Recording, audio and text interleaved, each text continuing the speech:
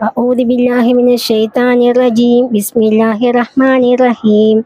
إلى حضرة النبي المصطفى ورسول المجتبى والحبيب المقتفى سيدنا وحبيبنا وشفيئنا ومولانا محمد المرتلى صلى الله عليه وسلم، ثم إلى أرواح أهل بيته وأزواجه وأصحابه كلهم أجمعين، ثم إلى أرواح جميع التابعين وتابع التابعين وأئمة المسلمين، ثم إلى أرواح مشايخنا الكرام وأساطيرنا الإعلام، ثم إلى روح سيدنا قطب الأقطاب فرد الأحباب محي الدين عبد القادر الجيلاني قدس الله سره العزيز، ثم إلى روح سيدنا وشيخنا قطب المجيد فرد الوحيد صاح الحميد سيد عبد القادر الناخولي الماني كبوري قدس الله سره العزيز، ثم إلى روح سيدنا وشيخنا أبي العباس بلياني بن ملكان هلال عليه الصلاة والسلام، ثم إلى روح سيدنا وشيخنا ومرشدنا ومربنا قرة عيننا وثمرة فؤادنا أستاذنا ومرشدنا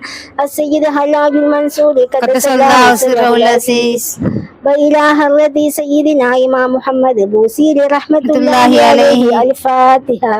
أعوذ بالله من الشيطان الرجيم. بسم الله الرحمن الرحيم.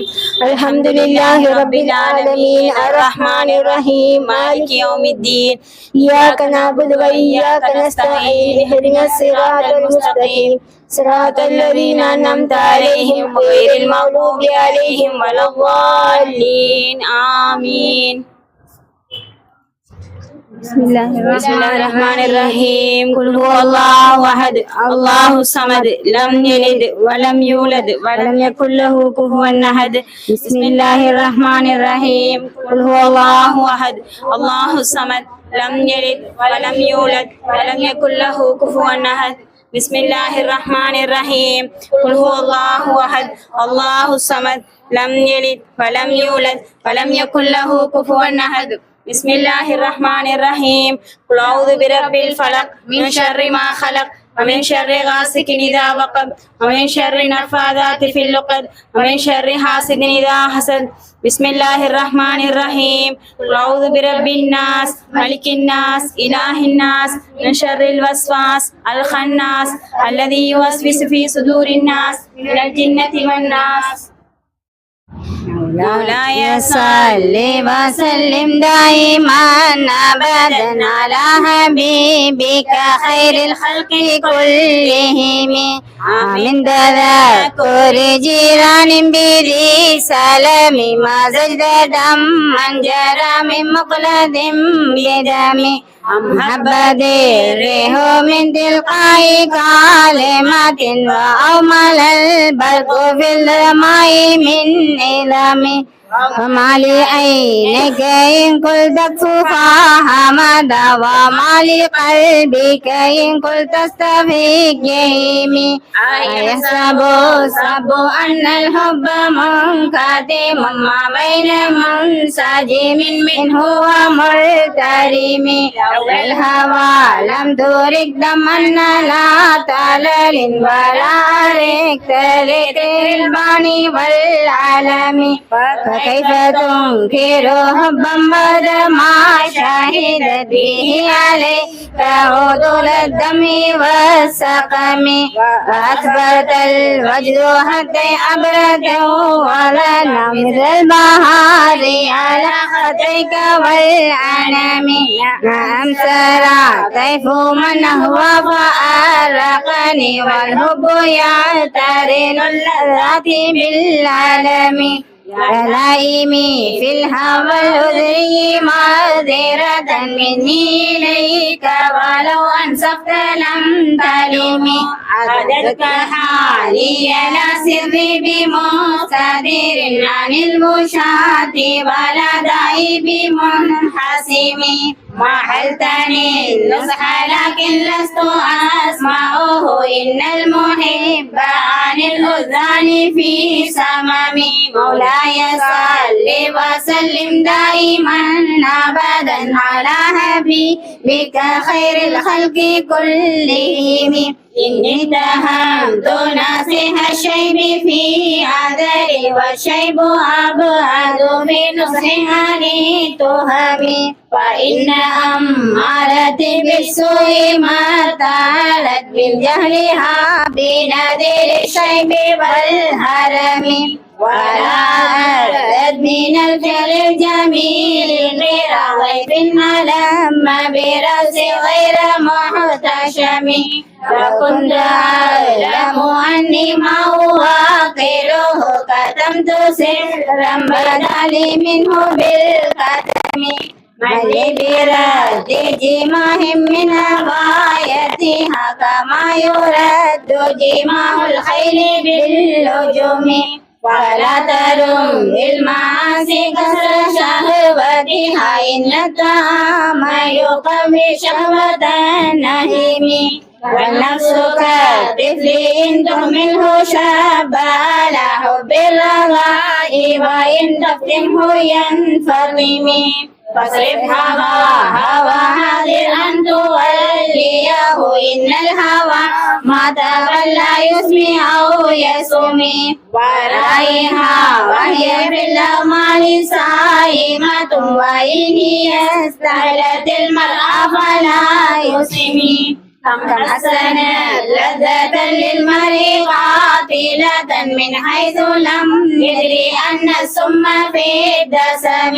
وحسد سائس من جوع ومن سبا فربما خمسة شر من التهم. واستغرق الدمع من عين قد امتلأت من المحارم والزم حمية الندم. وخالف النفس والشيطان فاسهما وإنهما ما هذاك النصح فاتهم. ولا تطع منهما خصما ولا حكما فأنت تعرف كيد الخصم والحكم. أستغفر الله من قول بلا عمل لقد نسبت به نسل الذي حكمي. أمرتك الخير لكن ما تمرت به فما استقمت فما قولي لك استقيمي. ولا تزودت قبل الموت نافلة ولم أصلي سوى فرض ولم أصوم. ظلمت سنة من أحيا الظلام إلى أن اشتكت قدمه الضر من ورم. وشد من سغب أشاءه وتوقد الحجارة كشف مترف العدم. وراودته الجبال شم من ذهب عن نفسه فأراها أيما شمم. مولاي صل وسلم دائما أبدا على حبيبك خير الخلق كلهم. وأكد زهده بها ضرورته إن الضرورة لا تحدو على الإسم. وكيف تدعو إلى الدنيا ضرورة من لولاه لم تخرج الدنيا من العدم. محمد سيد الكونين والثقلين والفريقين من حر ومن عجم. نبينا الآمر الناهي فلا أحد أبر بقول لا منه ولا نعم. هو الحبيب الذي ترجى شفاعته لكل هول من الأهوال مقتحم. دعا إلى الله فالمستمسكون له مستمسكون بحبل غير منفصم. فاق النبيين في خلق وفي خلق ولم يزانوه في علم ولا كرم. وكلهم من رسول الله ملتمس غرفا من البحر أو رشفا من الديم. وواقفون لديه عند هديهم من نقطة علم أو من شكلة الحكم. فهو الذي تم معناه وصورته حبيبا بارئ النسم منزه عن شريك في محاسنه فجوهر الحسن فيه غير منقسم تمتعت النصارى في نبيهم واحكم بما شئت مدحا فيه واحتكم وانسب إلى ذاته ما شئت من شرف وانسب إلى قدره ما شئت من نظام فإن فضل رسول الله ليس له حد فيعرب عنه ناطق بفمه لو نسب قدره آياته إلى ما يسمه حين يدعى دارس الرمم مولاي صل وسلم دائما أبدا على حبيبك خير الخلق كلهم لم يمتهن بما طغى قلوبه حرصا علينا فلم نرتب ولم نهم أغيى الورى فهم مناه فليس يرى للقرب والبعد منه غير منفهم كالشمس تظهر للعينين من بعد صغيرة وتكل الطرف من أمام مولاي صل وسلم دائما أبدا على حبيبك خير الخلق كلهم فكيف يدرك بالدنيا حقيقته قوما نيام تسلوا عنه بالحلم فمبلغ العلم فيه أنه بشر وأنه خير خلق الله كلهم وكل آينة الرسل الكرام بها فإنما اتصلت من نوره بهم فإنه شمس فضلهم كواكبها يظهرن أنبارها للناس في العالم أكرم بخلق نبي زانه خلق بالحسن مستعمل بالبشر متسم كالزهر في كرم والبدر في شرف والبهر في كرم والدهر في همم مولاي صل وسلم دائما أبدا على حبيبك خير الخلق كلهم كأنه وهو فرد من جلالته بالأسفار حين تلقاه وفي حشم كأنما اللؤلؤ المكنون في صدف من معدني منطق منه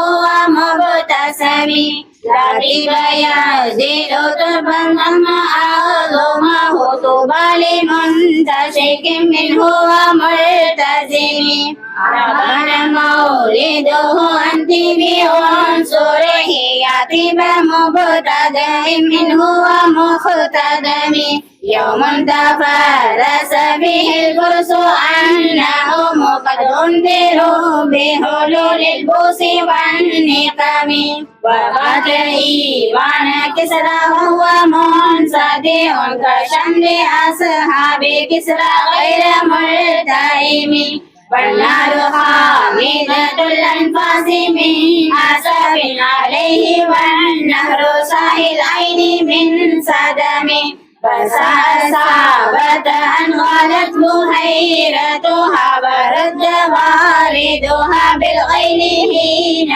ظلم كأن بالنار ما بالماء من برر حزنا وبالماء ما بالنار من غرم والجن تهتف والأنبار صالحة والحق يظهر من معنى ومن كلم عام وسام ويران البشائر لم تسمع وبارقة الإنذار لم تشم من بعد ما أخبر الأقوام قاهنهم بأن دينهم المعوج لم يقم وبعد ما ينفل من شهب منقلة وفق ما في الأرض من صنم حتى غدا عن طريق الوحي منهزم من الشياطين يبقوا إثر منهزم كأنهم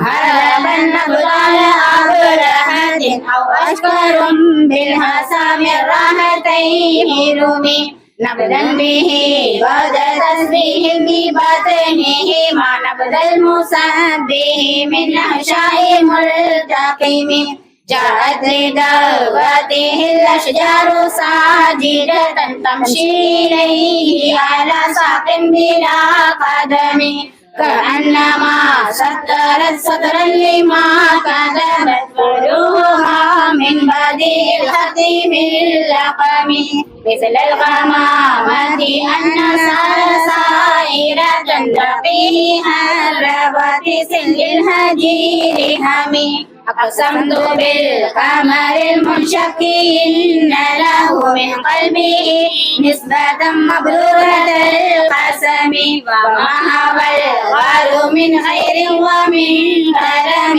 وكل ثر من الكفار عنه عمي فالصدق في الغار والصديق لم يرم وهم يقولون ما بالغار من هرم ظن الحمام وظن العنكبوت على خير البرية لم تنسج ولم تهم بغاية الله أغنى عن مضاعفة من البدوء وأن أعلم من الأتم ما ضمني دهر غيما واستجدت به إلا ونلت جوارا منه لم يغم فللتمس غنى الدارين من يده إلا استلم دون ذا من خير مستلم لا تنكر الوحي من رؤياه إن له قلبا إذا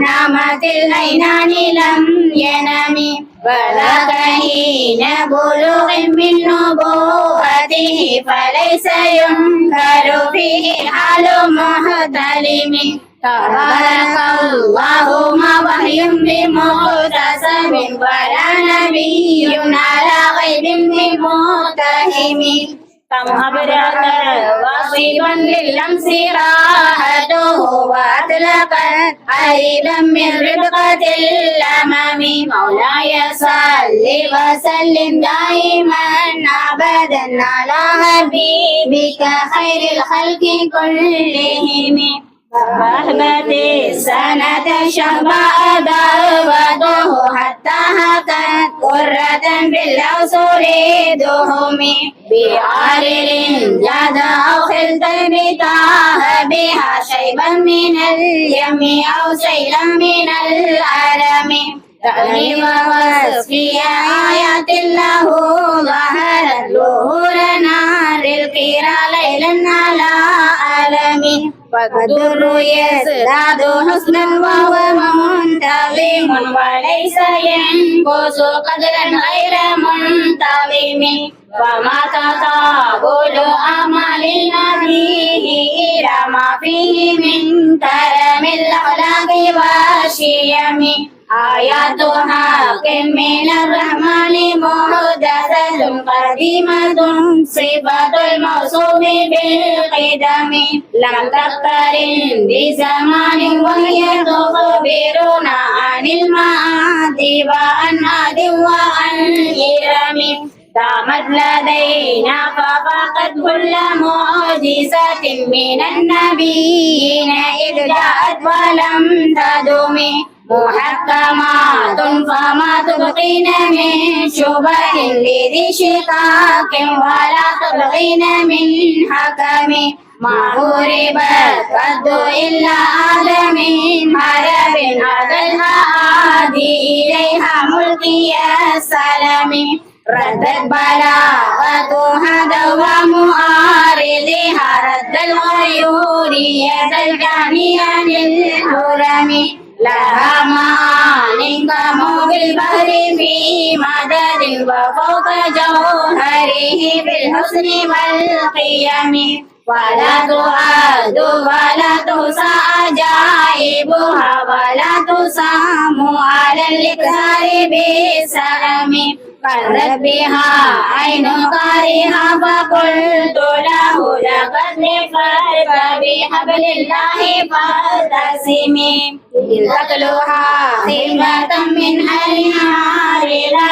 أدفعتها لا من بدها الشبيب كأنها الحول تبيض الوجوه به من الوساط وقد جاءوه كالهمم مولاي صل وسلم دائما أبدا على حبيبك خير الخلق كلهم مولاي صل وسلم دائما أبدا على حبيبك خير الخلق كلهم وكالصراط وكالميزان معدلة فالقسط من غيرها في الناس لم يقم لا تعجبا لحسود إن راها ينذرها تجاهلا وهو عين الحاذق الفهم قد تنكر العين له الشمس من رمدي وينكر الفم ما الماء من سقم يا خير من يمل قابون ساعته يا خير من يمل قابون ساعته سعيوها فوق مطوب العين غير شمي ومن هو العين الكبرى لمعتبر ومن هو النعمة العظمى لمعتبر سريت من حرمي ليلا إلى حرمي فما سر البدر في تاج من الظلم وبت تلقى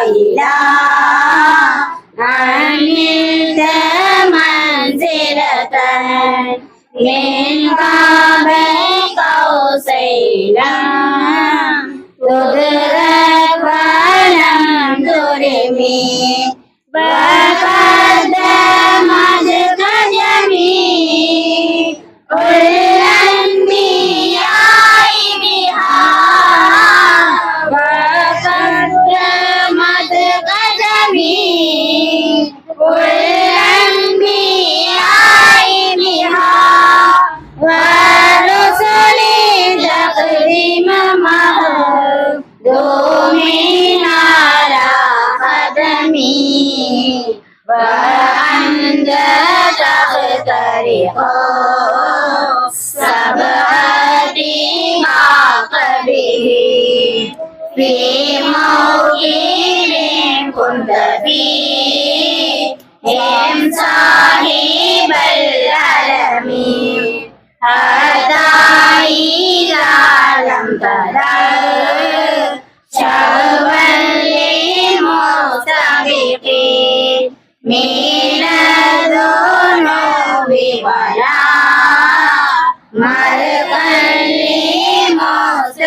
لمستلمين قبلت كل مقام من للإضافة نوديت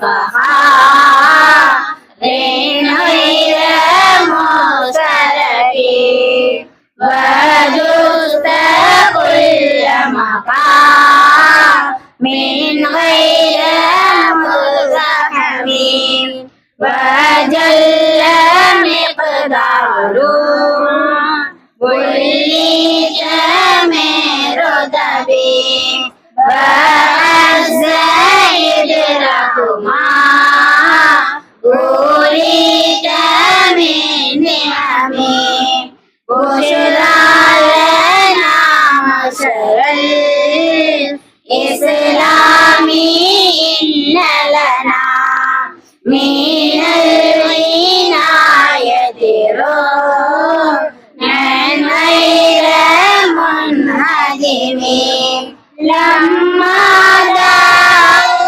الله لأهل طاعته لما دعا الله لأهل طاعته بأكرم الرسل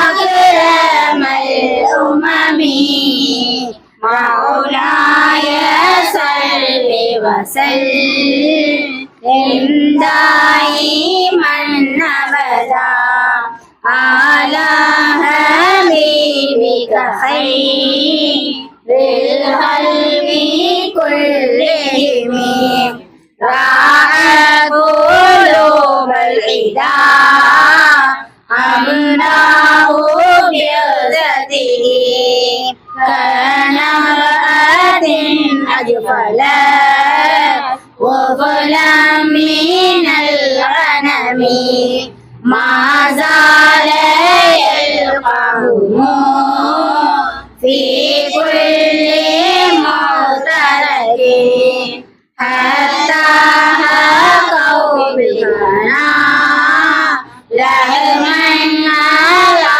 غضب وقل في نار فكانوا يغبطون به أشلاء شالت مع الإقبال والرحم تمضي الليالي ولا يدرون عدتها تمضي الليالي ولا يدرون عدتها ما لم تقم إليها للأشهر الحرم كأنما الدين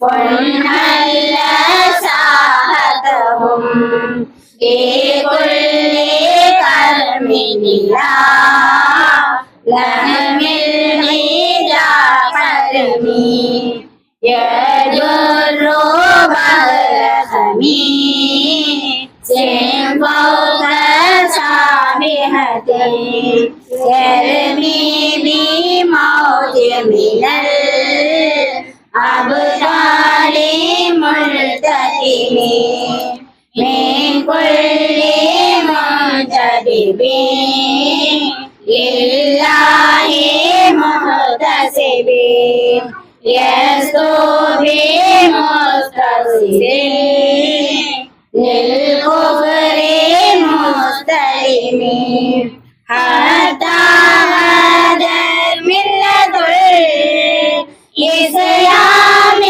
وهي به حتى هدى الملة الإسلام وهي به من بعد غربتها موصول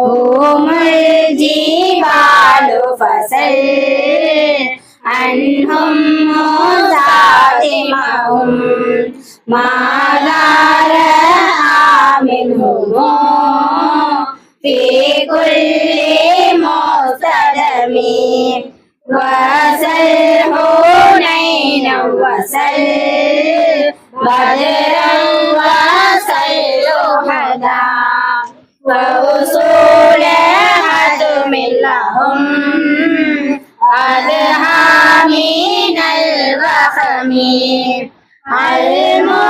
المسنين بالهوم لم بعد ما ولدت المسنين بالهوم لم بعد ما ولدت من العلا واللمس بدي من الأمم مولاي صل وسلم دائما أبدا على حبيبك خير الخلق كلهم والكاتبين بسمر الختم ما تركت أقلامهم حرف من غير منعجم شاقي سلاح لهم شيمات تميزهم والبرد يمتاز بالسيما من السلم تهدي إليك رياح والنصر نشرهم فتهذيب الزهر في الأكمام كل كمين كأنهم في الهول للخيل نبتربا كأنهم في الهول للخيل نبتربا من شدة الحزن من شدة الحزن طارت قلوب العدا من بأسهم فرقا فما تفرق بين البهم واللهم ومن تقم لرسول لله نصرته إن تلقاه الرسول في عالمها تجمي ولن ترى من ولي إن غير منتصر به ولا من عدو من غير منقسم أهل أمته في حزب الله أهل أمته في حزب الله فالذي حل مع الأشبال في عجمي كم جد لك كلمات الله من جدل فيه وكم خصم البرهان من خصم كفاك بالعلم في الأمي معجزة في الجاهلية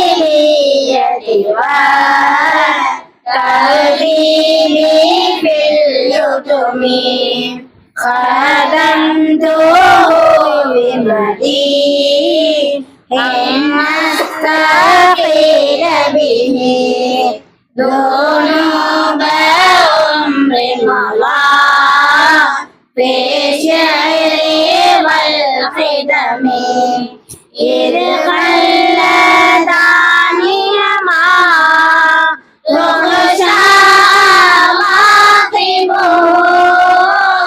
إذ خلداني ما تغشى عواقبه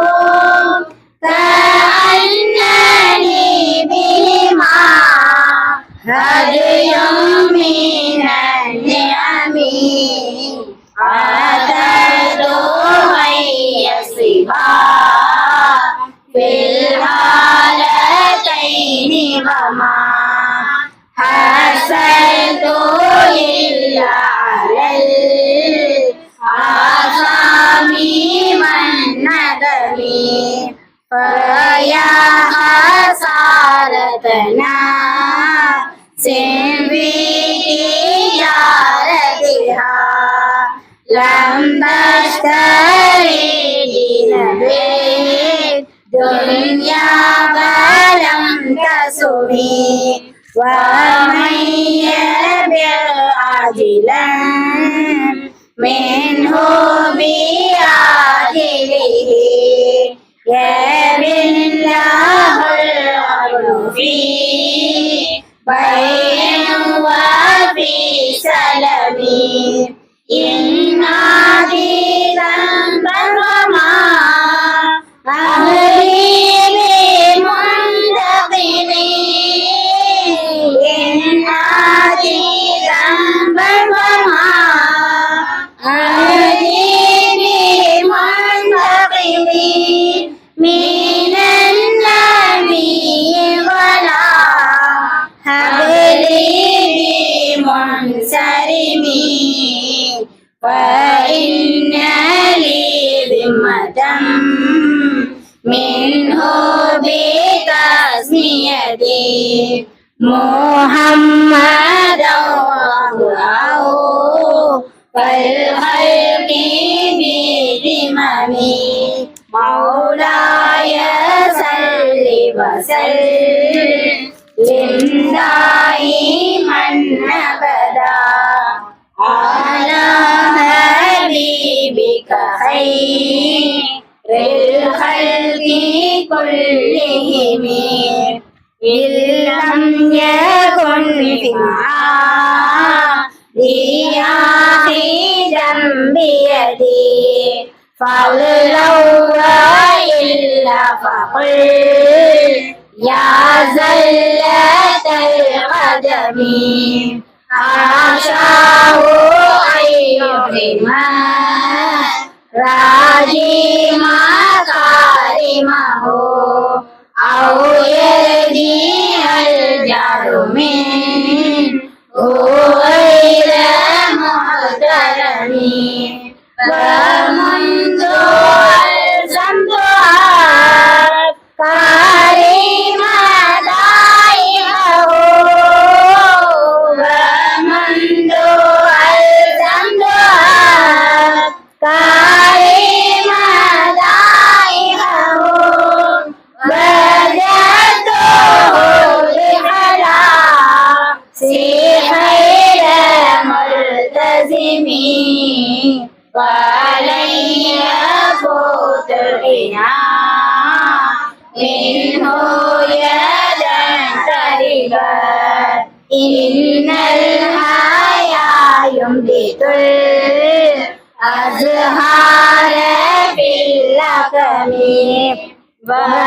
ولمور زهرة دنيا التي اكتسبت يدعو خير بما أثنى على هرمي يا أكرم الرسل لمن نالوذ به سواك عند حلول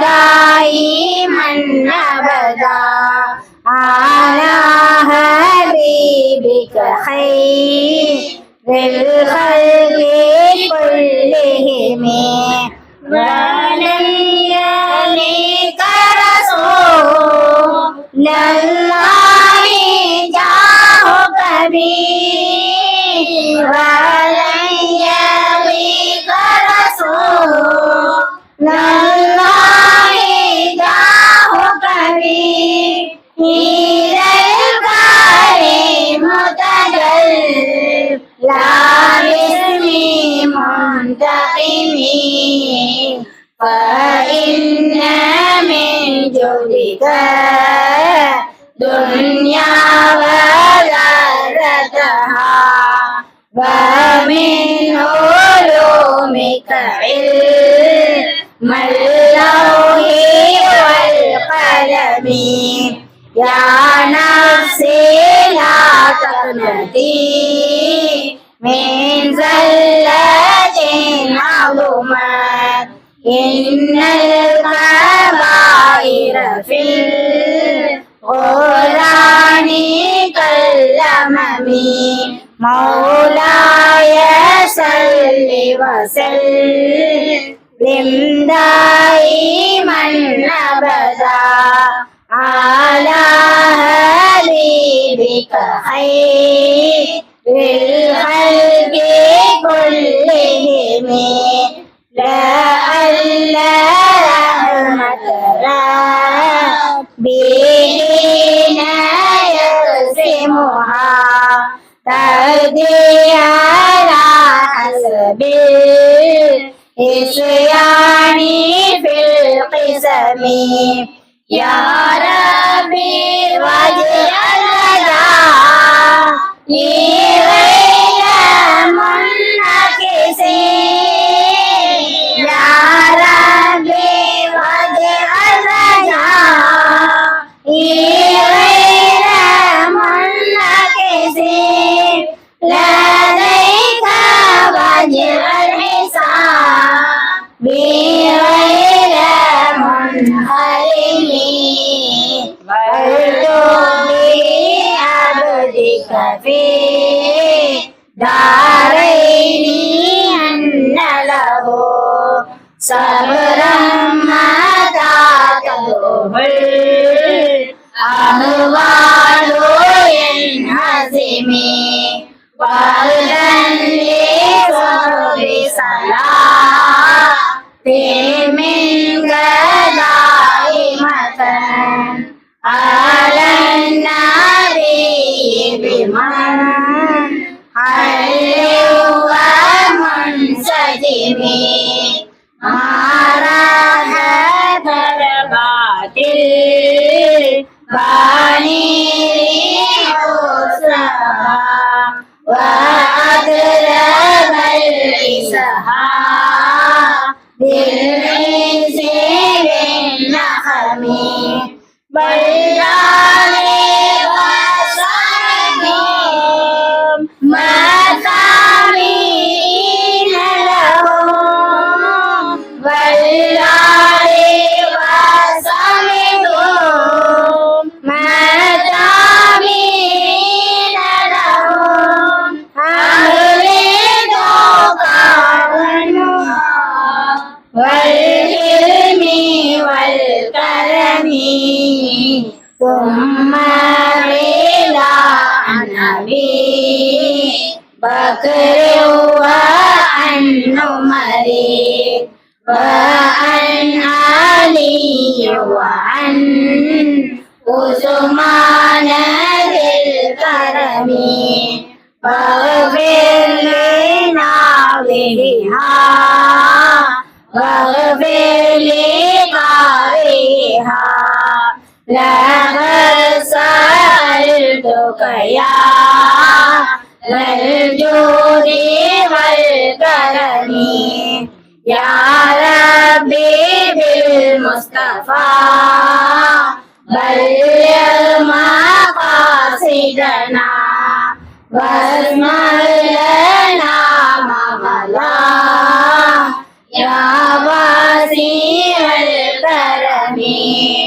يا ربي بالمصطفى بلغ مقاصدنا واسمع لنا ما مضى يا واسع الكرم يا ربي بالمصطفى بلغ مقاصدنا يا ربي بالمصطفى بلغ مقاصدنا واسمع لنا ما مضى يا واسع الكرم مولاي صل وسلم دائما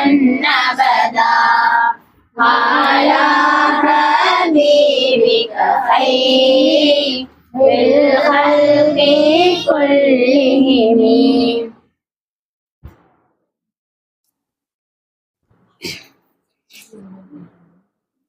الحمد لله رب العالمين. اللهم اثبتنا بمحض فضلك وجودك وكرمك على ما قرأناه من القرآن العظيم وذكرنا من الأذكار الشريفة وواصل اللهم ذلك الثواب إلى حضرة سيدنا محمد صلى الله عليه وسلم وآله وصحبه وسائر الأنبياء والمرسلين وعباد الله الصالحين ووالدينا وأولادنا وإخواننا وأخواتنا وأعمامنا وأماتنا وأخوالنا وخالاتنا ومشائخنا في الدين وجميع المسلمين والمسلمات والمؤمنين والمؤمنات. اللهم اجعله فكاكا لهم من النار. اللهم اجعله فكاكا لهم من النار. اللهم اجعله فكاكا لهم من النار. اللهم اجعله فداء لهم من النار. اللهم اجعله فداء لهم من النار. اللهم اجعله فداء لهم من النار. واغفر لهم وارحمهم واجمعنا وإياهم في ذاكر كرامتك ومستقر رحمتك مع عبادك الصالحين وحزبك المفلحين. اللهم افعل بنا وبهم عاجلا وآجلا في الدين والدنيا والآخرة ما أنت له أهل ولا تفعل بنا يا مولانا ما نحن له أهل إنك غفور حليم جواد كريم رؤوف رحيم. صلى الله وسلم على خير خلقه سيدنا محمد وآله وصحبه أجمعين والحمد لله رب العالمين. اللهم صل على نورك سيدنا محمد النبي الأمي وعلى آله وصحبه وسلم. اللهم صل على نورك سيدنا محمد النبي الأمي وعلى آله وصحبه وسلم. اللهم صل على نورك سيدنا محمد النبي الأمي وعلى آله وصحبه وسلم. صلى الله على محمد صلى الله عليه وسلم. صلى الله على محمد صلى الله عليه وسلم. صلى الله على محمد يا ربي صل وسلم.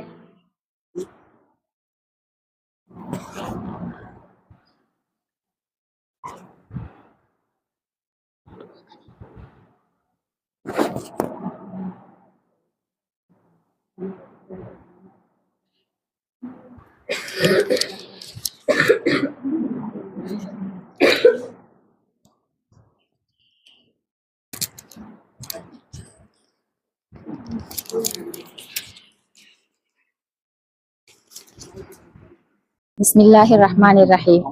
رضيت بالله ربا وبالإسلام دينا وبمحمد صلى الله عليه وسلم نبيا ورسولا وببيئتنا بيئة نعوذ بالله من عذاب الله وغضب رسوله.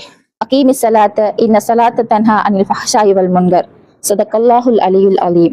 قال رسول الله صلى الله عليه وسلم إن أخفف ما أخاف عليكم الشرك الأصغر صدق رسوله النبي الكريم. புருதா மஜ்லிஸை முடித்துவிட்டு அமர்ந்து கொண்டிருக்கின்ற தாய்மார்களே, சகோதர சகோதரிகளே, உங்கள் அனைவருக்கும் எனது அன்பின் சலாம். அஸ்ஸலாமு அலைக்கும் வரஹ்மத்துல்லாஹி வபரகாத்துஹு. தொழுகை இஸ்லாத்தின் அடிப்படை கடமைகளில் ஒன்றாகும். இது அல்லாஹுவை நினைவு கூறும் வழிபாடாகவும் ஒரு அடியான் தன்னை பணித்தவனாகிய இறைவனுடன் நேரடி தொடர்பு கொள்ளும் முறையாகவும் இந்த வழிபாடு காணப்படுகின்றது. இஸ்லாத்தில் பருவ வயதை அடைந்த ஆண்கள் பெண்கள் அனைவர் மீதும் கட்டாய கடமையாக்கப்பட்ட ஒரு விதியாக்கப்பட்ட ஒரு இபாதத்தாக இந்த தொழுகை காணப்படுகின்றது. இந்த தொழுகையை நாங்கள் செய்தால் எங்களுக்கு நன்மை கிடைக்கும், நாங்கள் இதை விட்டால் எங்களுக்கு பாவம் கிடைக்கும். ஏனைய அமல்கள் நல்ல அமல்கள் நாங்கள் விரும்பினால் என்ன செய்யலாம், அல்லாஹுக்காக செய்யலாம், எங்களுக்கு நன்மை கிடைக்கும் செய்தால். அதே மாதிரி நாங்கள் செய்யவில்லை என்றால் எங்களுக்கு பாவம் கிடைக்காது. ஆனால் தொழுகை போன்ற எங்கள் மீது இறைவனால் விதியாக்கப்பட்ட கடமைகளை நாங்கள் செய்தால் எங்களுக்கு நன்மை கிடைக்கும், நாங்கள் செய்யாவிட்டால் அதற்காக எங்களுக்கு பாவம் கிடைக்கும். எனவே நாங்கள் இந்த தொழுகையை கட்டாயமாக எங்கள் மீது விதியாக்கப்பட்ட ஒவ்வொரு வயது வந்த ஆண் பெண் ஆன அனைவர் மீதும், முஸ்லிம்கள் ஆன அனைவர் மீதும் இந்த தொழுகைங்கிறது ஒவ்வொரு நாளும் 5 முறை நாங்கள் அல்லாஹ்வுக்காக தொழ கடமைப்பட்டிருக்கின்றோம். அபூ ஹுரைரா ரலியல்லாஹு அன்ஹு அவர்கள் அறிவிக்கிறார்கள், உங்களில் ஒருவரின் வீட்டு வாசலிலே ஒரு ஆறு ஓடிக்கொண்டிருக்கின்றது. அந்த ஆற்றிலே ஒருவர் 5 வேளைக்கு குளிக்கின்றார். அவருடைய உடம்பிலே ஏதாவது அழுக்குகள் இருக்குமா என்று நாயகம் ஸல்லல்லாஹு அலைஹி வஸல்லம் அவர்கள் கேட்கிறார்கள் அந்த சஹாபாக்களை பார்த்து. அதற்கு அந்த சஹாபாக்கள், இல்லை நாயகமே, அவரின் உடலில் எந்த அழுக்கும் தங்கி இருக்காது என்று கூறுகின்றார்கள். அதற்கு நாயகம் ஸல்லல்லாஹு அலைஹி வஸல்லம் அவர்கள், அது போன்றுதான் ஐவேளை தொழுகையும், அத்தொழுகையை கொண்டு அல்லாஹ் அவரின் பாவங்களை அழித்து விடுகிறான் என்று கூறுகின்றார்கள். எனவே இந்த ஐவேளை தொழுகையை நாங்கள் நிறைவேற்றுவதன் மூலமாக எங்களுக்கு 2 விதமான நன்மைகள் கிடைக்கின்றது. ஒன்று லௌகீக ரீதியான நன்மை, அடுத்தது ஆன்மீக ரீதியான நன்மை. லௌகீக ரீதியான நன்மையை நாங்கள் பார்ப்போமே ஆனால், ஒருவர் தொழுகைக்கு முன் என்ன செய்ய வேண்டும், அசுத்தங்களிலிருந்து தன்னை சுத்தப்படுத்தி அவர் உது செய்து கொள்ள வேண்டும். ஒரு தொழுகின்ற ஒருவர் அவருடைய உடல் என்பன என்ன செய்யணும், அசுத்தங்களை விட்டும் சுத்தமாக இருக்கணும். அப்போ ஒருவர் 5 நேரங்கள், ஒரு நாளைக்கு 5 நேரங்கள் இந்த சுத்தத்தை பேணி அவர் அந்த தொழுகை கடைபிடிப்பாரேயானால் அவருடைய சுற்றுப்புற சூழல்கள் அவரும் சுத்தமாகி அவருடைய சுற்றுப்புற சூழல்களும் என்ன செய்யும், சுத்தமாகும். இதன் மூலமாக அவர் அசுத்தங்களினால் ஏற்படக்கூடிய கிருமி தாக்கங்களினால் ஏற்படக்கூடிய அந்த தீய விளைவுகளை விட்டு அவர் என்ன பாதுகாக்கப்பட்டவராக ஆகிவிடுகின்றார். அடுத்தது ஆன்மீக நன்மை. ஆன்மீக நன்மையை விளக்குமாறு ஸல்லல்லாஹு அலைஹி வஸல்லம் அவர்கள் ஒரு ஹதீஸை கூறுகின்றார்கள். எந்த ஒரு முஸ்லிமிடம் ஃபர்லான தொழுகையின் நேரம் வந்து அவர் தம் வுதுவையும் அத்தொழுகையில் பயபக்தியையும் அதன் ருக்குவையும் அழகாக்கி வைக்கிறாரோ அவரின் தொழுகை அவருடைய முந்தியுள்ள பாவங்களுக்கு பரிகாரமாகும், அவர் பெரும் பாவங்கள் செய்யாமல் இருக்கும் காலமெல்லாம் என்று கூறியுள்ளார்கள். அப்போ ஒருவர் தொழுகையுடைய பக்து நுழைந்து, வரலான தொழுகையுடைய பக்து நுழைந்து அந்த தொழுகைக்காக அவர் பூரணமான உது செய்து கொண்டு, அழகிய முறையில் உது செய்து கொண்டு பயபக்தியுடன், அல்லாஹ் எனக்கு விதியாகிய இந்த தொழுகையை நான் அல்லாஹ்க்கு முன்னுக்கு நின்று நான் அந்த தொழுகையை நிறைவேற்றுகின்றேன் என்ற அந்த ஒரு உள்ள அச்சத்தோடு அவர் அந்த தொழுகையை அல்லாஹ்வுக்காக நிறைவேற்றுவாரேயானால் அவருடைய சிறிய பாவங்கள் என்ன செய்யப்படுகின்றது, மன்னிக்கப்படுகின்றது. எனவே ஒரு நாளைக்கு 5 முறை இவ்வாறே ஒரு அடியான் தான் அழகிய முறை உது செய்து கொண்டு நான் இறைவனுக்கு முன்னுக்கு நிற்கின்றேன், அல்லாஹ் என்னை பார்த்து கொண்டிருக்கின்றான் என்ற எண்ணத்தோடு அவன் அந்த தொழுகையை நிறைவேற்றும் போது அல்லாஹ் தஆலா என்ன செய்கின்றான், அந்த தொழுகை அவர் தொழுகின்ற அந்த தொழுகையை அவர் செய்கின்ற சிறிய பாவங்களுக்கு அல்லாஹ் பரிகாரமாக ஆக்கியிருக்கின்றான். எனவே நாங்கள் இந்த தொழுகையை இந்த முறையில் நாங்கள் தொழுது அதனுடைய அருளை என்ன செய்ய வேண்டும், பெற்றுக்கொள்ள வேண்டும். ஸல்லல்லாஹு அலைஹி வஸல்லம் அவர்களுடைய ஹதீஸ்களின் சுருக்கமாக தொழுகையை பற்றி ஒரு வசனம் சொல்லுவார்கள். அஸ்ஸலாத்து மிஃப்தாஹுல் ஜன்னா, தொழுகை என்பது ஸ்வர்க்கத்தின் திறவுகோலாகும் என்று கூறுவார்கள். திறவுகோல் என்றால் ஒரு கதவை திறக்கிறதுக்குரிய ஒரு பொருள், ஒரு கருவி. அப்ப அல்லாஹ் அந்த ஸல்லல்லாஹு அலைஹி வஸல்லம் அவர்களுடைய அந்த ஹதீஸ்களின் அடிப்படையில் தொழுகையை ஸ்வர்க்கத்தின் திறவுகோல் என்று கூறப்படுகின்றது. நம்ம எல்லா உதாரணத்திற்காக நான் கூறுகின்றேன், ஒரு திறவுகோல் என்றால் அந்த திறவுகோலில் அந்த வளைவுகள் இருக்கும். அந்த வளைவுகள் எல்லாம் என்ன செய்யணும், அந்த கதவு உள்ள போய் சரியா செட்டானா தானே என்ன செய்யும், அந்த கதவு திறப்படும். அப்ப நாங்க ஆரம்பமாக திறக்கும் போது என்ன செய்யணும், மிகவும் அவதானமாக நாங்கள் என்ன செய்யணும், அந்த கீயை அது அந்த கதவுக்குள்ள போட்டு நாங்க என்ன செய்யணும், ஒழுங்காக திறக்கணும். ஆரம்பமாக நான் உதாரணத்துக்கு நீங்கள் விளங்கிக் கொள்ள இலகுவாக இருக்கும் என்பதற்காக கூறுகின்றேன். நாங்கள் அந்த தொழுகையில் உள்ள ருக்குன்களை என்ன செய்யணும், நாங்கள் விளங்கியவர்களாக தொழுகையினுடைய ஷரத்துக்கள் என்ன, தொழுகையினுடைய ஃபர்துகள் என்ன என்பதை நாங்கள் விளங்கிவிட்டு நாங்கள் அந்த தொழுகையை என்ன செய்யணும், தொழுவதற்காக நாங்கள் போக வேண்டும். அப்படி நாங்கள் தொழும் போது அந்த தொழுகையுடைய அந்த ருக்குன்களை நாங்கள் அந்த ஒரு கீயினுடைய பட்கள் எப்படி இருக்குமோ அப்படி நாங்கள் அந்த தொழுகையின் ருக்குன்களை எண்ணிக் கொள்ளலாம். நாங்கள் நிலையில் நிற்கின்றோம், ருக்கு செய்கின்றோம், சுஜூது செய்கின்றோம், திரும்ப நிலைக்கு வருகிறோம், சுஜூது செய்கிறோம், அத்தியாயத்தில் இருக்கின்றோம். அப்ப இந்த ருக்குன்களை நாங்கள் என்ன செய்யலாம் என்றால் அந்த ஒரு கீயினுடைய வளைவாக நாங்கள் எடுத்துக்கொள்ளலாம். அந்த ஃபர்லுகளை நாங்க தொழுகையிலேயே நாங்க ருக்கு செய்யறதுங்கிறது ஒரு ஃபர்லு. தொழுகையில அந்த ருக்குல நாங்க துமானினத் ஒரு அமைதியை பண்ண வேண்டும். அது எங்களை எத்தனை பேருக்கு தெரியும் இன்று? நாங்கள் தொழுகையில நாங்க ருக்கு செய்யறது எவ்வாறு ஃபர்லோ அதே மாதிரி அந்த ருக்குல தாமதித்தல் என்பதும் ஃபர்லு. தொழுகையில ஃபர்லுகள்ல அதுவும் ஒன்று.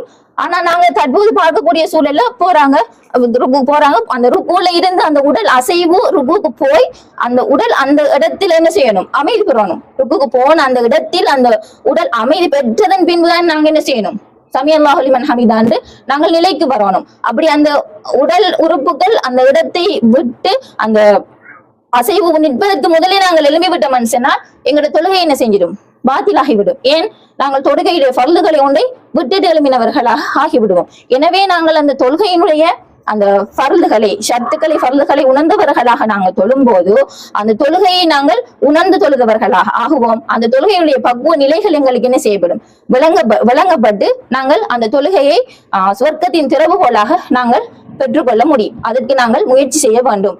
அதே போலதான் அஸ்ஸலாத்து மிஅராஜுல் முஃமினீன், தொழுகைங்கிறது மூமின்களின் மிஅராஜ் என்று கூறுவார்கள். தொழுகை எங்களுக்கு எங்கே கடமையாக்கப்பட்டது, நாயகம் ஸல்லல்லாஹு அலைஹி வஸல்லம் அவர்கள் மிஅராஜுக்கு சென்று அங்கே அவர்களுக்கு பரிசாக அது எங்களுக்கு கடமையாக்கப்பட்ட ஒரு வணக்கம். அத மிஅராஜுக்கு செல்வது என்பது நாயகம் ஸல்லல்லாஹு அலைஹி வஸல்லம் அவர்கள் அல்லாஹ்வை தரிசிக்க சென்ற இடம் அது.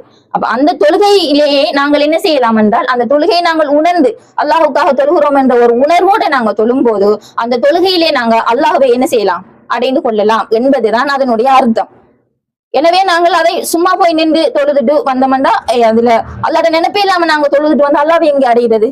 அப்ப அதனால நாங்க எவ்வாறு தொழுகையுடைய ஷரத்துக்கள் ஃபர்லுகளை அடைந்து நாங்கள் தொழுக முயற்சி செய்யணுமோ அதே போன்று தொழுகையிலே நாங்கள் ஓதுகின்ற ஓதல்களுடைய கருத்துக்களை கொஞ்சமாவது நாங்கள் தெரிந்து கொள்ள என்ன செய்ய வேண்டும், முயற்சி செய்ய வேண்டும். அவ்வாறு நாங்கள் அதனுடைய கருத்துக்களை தெரிந்து கொள்ள முயற்சி செய்தால் எங்களுக்கு தொழுகையிலே வேற சிந்தனைகள் வாரது என்ன செய்யப்படும், பெரும்பாலும் தவிர்க்கப்படும். அல்ஹம்து நாங்க சூரத்துல் ஃபாத்திஹா ஓதுவோம். ஃபாத்திஹானாலே திறத்தல் என்றுதான் அர்த்தம். அப்ப நாங்க சூரத்துல் ஃபாத்திஹா ஓதும் போது அதனுடைய கருத்துக்களை நாங்கள் பார்ப்போமே, ஆனால் அது அல்லாஹ்வுடன் நாமல் உரையாடுகின்றோம். அந்த சூரத்துல் ஃபாத்திஹாவின் கருத்து. அப்ப நாங்க சூரத்துல் ஃபாத்திஹாவின் கருத்துக்களை அறிந்து ஓதினால் அதனுள் நாங்க அல்லாஹ்வுடைய உரையாடுற அந்த விஷயம் எங்களுக்கு என்ன செய்யும், விளங்கப்படும். அதே மாதிரி அத்தஹியாத்துடைய கருத்தை நாங்கள் பார்க்கும்போது அதிலே நாங்கள் ஸல்லல்லாஹு அலைஹி வஸல்லம் அவர்களுக்கு சலாம் சொல்கின்றோம். எப்படி, அஸ்ஸலாமு அலைக்க அய்யுஹன் நபியு, நாயகமே உங்கள் மீது சலாம் உண்டாவதாக என்று நாங்கள் நாயகம் ஸல்லல்லாஹு அலைஹி வஸல்லம் அவர்களை முன்னிறுத்தி என்ன செய்கின்றோம், அந்த அத்தஹியாத்திலே நாங்கள் நாயகத்துக்கு சலாம் சொல்லுகின்றோம். அப்ப இந்த உணர்வோடு எங்கள் எத்தனை பேர் தொழுகின்றோம்? இந்த உணர்வு எப்போ வரும் நம்மளுக்கு? அதனுடைய கருத்துக்களை நாங்கள் அறிய முயற்சி செய்தால் தான் என்ன செய்யும், எங்களுக்கு இந்த உணர்வுகள் எங்களுக்கு வரும்.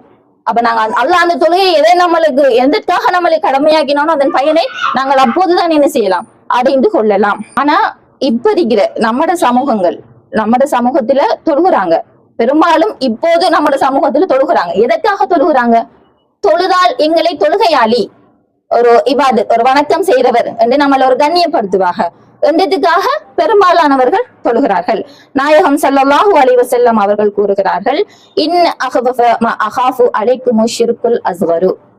ஸல்லல்லாஹு அலைஹி வஸல்லம் அவர்கள் நான் உங்களுக்காக மிகவும் பயப்படுவது சிறிய ஷிர்கையே ஆகும் என்று கூறினார்கள். சிறிய ஷிர்கை நான் உங்கள என்ன செய்யறேன், மிகவும் பயப்படுறேன். நீங்க பெரும் பாவங்கள் செய்வீங்க, கொலை செய்வீங்க, அதுல மூழ்கிடுங்க, அப்படி பயப்படல நாயகம். அந்த நாயகத்துடைய சமூகத்தை பார்த்து நாயகம் ஸல்லல்லாஹு அலைஹி வஸல்லம் அவர்கள் மிகவும் அந்த கஷ்டப்பட்டு சொன்ன விஷயம் என்னன்னு சொன்னா, நீங்க சிறிய ஷிர்குல மூழ்கி விடுவீங்க என்று நான் உங்களை பயப்படுகிறேன் என்று கூறினார்கள். சிறிய ஷிர்க் என்றால் என்ன நாயகமே என்று சஹாபாக்கள் கேட்கிறார்கள். கேட்டதுக்கு நாயகம் ஸல்லல்லாஹு அலைஹி வஸல்லம் அவர்கள் கூறுகிறார்கள், அர்ரியா, முகஸ்துதி என்று பதில் கூறினார்கள். முகஸ்துதி என்றால் என்ன? ஒரு செயலை மனிதர்களுக்காக செய்வது.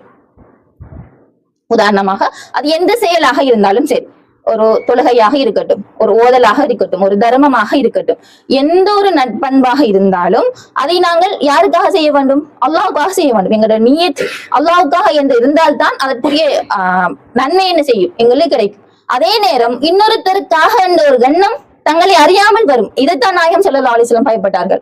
வெளிப்படையாக உள்ளது அல்ல இது. இப்ப ஒருத்தர் ஓதிக்கொண்டிருக்கும் போது ஒருவர் அவர வீட்டுக்கு வருகிறார். அப்ப இவர மனம் உடனே நினைக்குது, நம்ம ஓதுற டைம்ல இவர் வராரு, நம்ம ஓதிக்கிரிக்கம், நம்ம நல்ல பிள்ளை, நம்ம இபாதத் செய்யற ஆளுண்டு இவர் நினைப்பாருன்னு உடனே என்ன செய்யும், நம்மட மனத்துல ஒரு எண்ணம் தோன்றிடும். அப்படி தோன்றினால் நான் ஓதின ஓதல்கள் அல்லாஹ்வுக்காக என்ற அந்த நியத்தை விட்டு விலகி வந்தவர் நம்மளை பெருமைப்படுத்துவார், நம்மளை நல்லா நினைச்சிருப்பார் என்ற ஒரு எண்ணம் என்ன செஞ்சிடும், உடனே உருவாகிடும். இவ்வாறு உருவாகினால் அந்த ஓதலில் எந்த பயனும் என்ன செய்யாது, எங்களுக்கு கிடைக்காது. அதே மாதிரிதான் தொழுகையும். இப்ப பெரும்பாலானவர்கள் யோசிச்சு பாருங்க, நாங்க செய்யற நன்மைகள் அவ்வாறுதான் என்ன செய்யுது, அந்த சூழல் உருவாகுது. அவ்வாறு நினைக்கும்படிதான் சூழல் உருவாகுது. எனவே நாங்கள் இதுல இருந்து நாங்கள் தப்பிக்க வேண்டும் என்றால் நாங்க என்ன செய்யணும் என்றால், நம்ம இப்ப தொழுது இருக்கும் போது ஒருத்தர் வாரா இருந்தாலும், அல்லது நாங்க ஒரு தர்மம் செய்யும் போது நம்ம தர்மம் செஞ்சது இன்னொரு ஆளுக்கு தெரிஞ்சு விட்டுனாலும் அவங்க நம்மளை உயர்த்தட்டும் அல்லது தாழ்த்தட்டும், நல்லதானட்டும் இல்லது எண்ணாமல் போகட்டும், ஆனால் நம்முடைய நீயத்தை அடிக்கடி நாங்கள் என்ன செய்யணும் என்றால் எங்கள தூய்மைப்படுத்தக்கூடியவர்களாக இருக்கணும். நான் தொழுகிற தொழுகை அல்லாஹ்வுக்காக தொழுகிறேன், நான் செய்கின்ற தர்மம் அல்லாஹ்வுக்காக செய்கின்றேன், நான் ஓதுற குர்ஆன் அல்லாஹ்வுக்காக ஓதுகின்றேன் என்ற நியத்தை நாங்கள் அடிக்கடி என்ன செய்யணும். மனிதன் தானே, எண்ணங்கள் வர்றதுக்கு வாய்ப்பு இருக்குது. ஆனா அந்த எண்ணத்தை நாங்கள் உடனே என்ன செஞ்சு விடணும், சைத்தானுக்கு கொடுத்து விடாமல் நாங்கள் அந்த இடத்தில் பெருமையை ஏற்றுக்கொள்ளாமல், நான் இது அல்லாஹ்வுக்காக செய்கிறேன், இதன் பலனை அல்லாஹ் எனக்கு தரட்டும் என்ற அந்த நியத்தை நாங்கள் என்ன செய்யணும்னா எங்கள அடிக்கடி புதுப்பிக்கக்கூடியவர்களாக நாங்க ஆக்கி எங்களுடைய தொழுகைகளையும் எங்களுடைய வணக்கங்களையும் என்ன செய்யணும், அர்ரியா, முகஸ்துதியை விட்டும் நாங்கள் தவிர்த்து கொள்ள வேண்டும். அடுத்தது இந்த முக்கியமாக இக்காலகட்டத்துல தொழுகையில நாங்க கவனிக்கிற விஷயம் என்னன்னா, தொழுகையில பெண்கள் முக்கியமா மறைக்கின்ற பகுதி அவுரத் என்று சொல்லுவார்கள். அந்த பொதுவாகவே பெண்கள் நறுக்கி இந்த 2 மணிக்கட்டு இருந்து இந்த 2 கைகளையும் இந்த முகத்துடைய இந்த வட்டம் இந்த 2ஐயும் தவிர உண்டான மற்ற அனைத்துமே பெண்களுக்கு என்ன, அவுரத்துடைய பகுதிதான். பெண்களுக்கு கால் தெரிகிறது, முகம் தெரிகிறது, அந்த முடி தெரிகிறது, கை தெரிகிறதுல பிரச்சனை இல்லை. ஆனா பொதுவான சட்டம் தொழுகையிலேயும் பெண்கள் கட்டாயம் மறைக்க வேண்டிய பகுதியாக எதெல்லாம் கூடுறான்னு சொன்னா, 2 கைகளுக்கு உள்ள இந்த மணிக்கட்டுக்குள்ள இந்த பகுதியும் இந்த முகத்துடைய வட்டம்.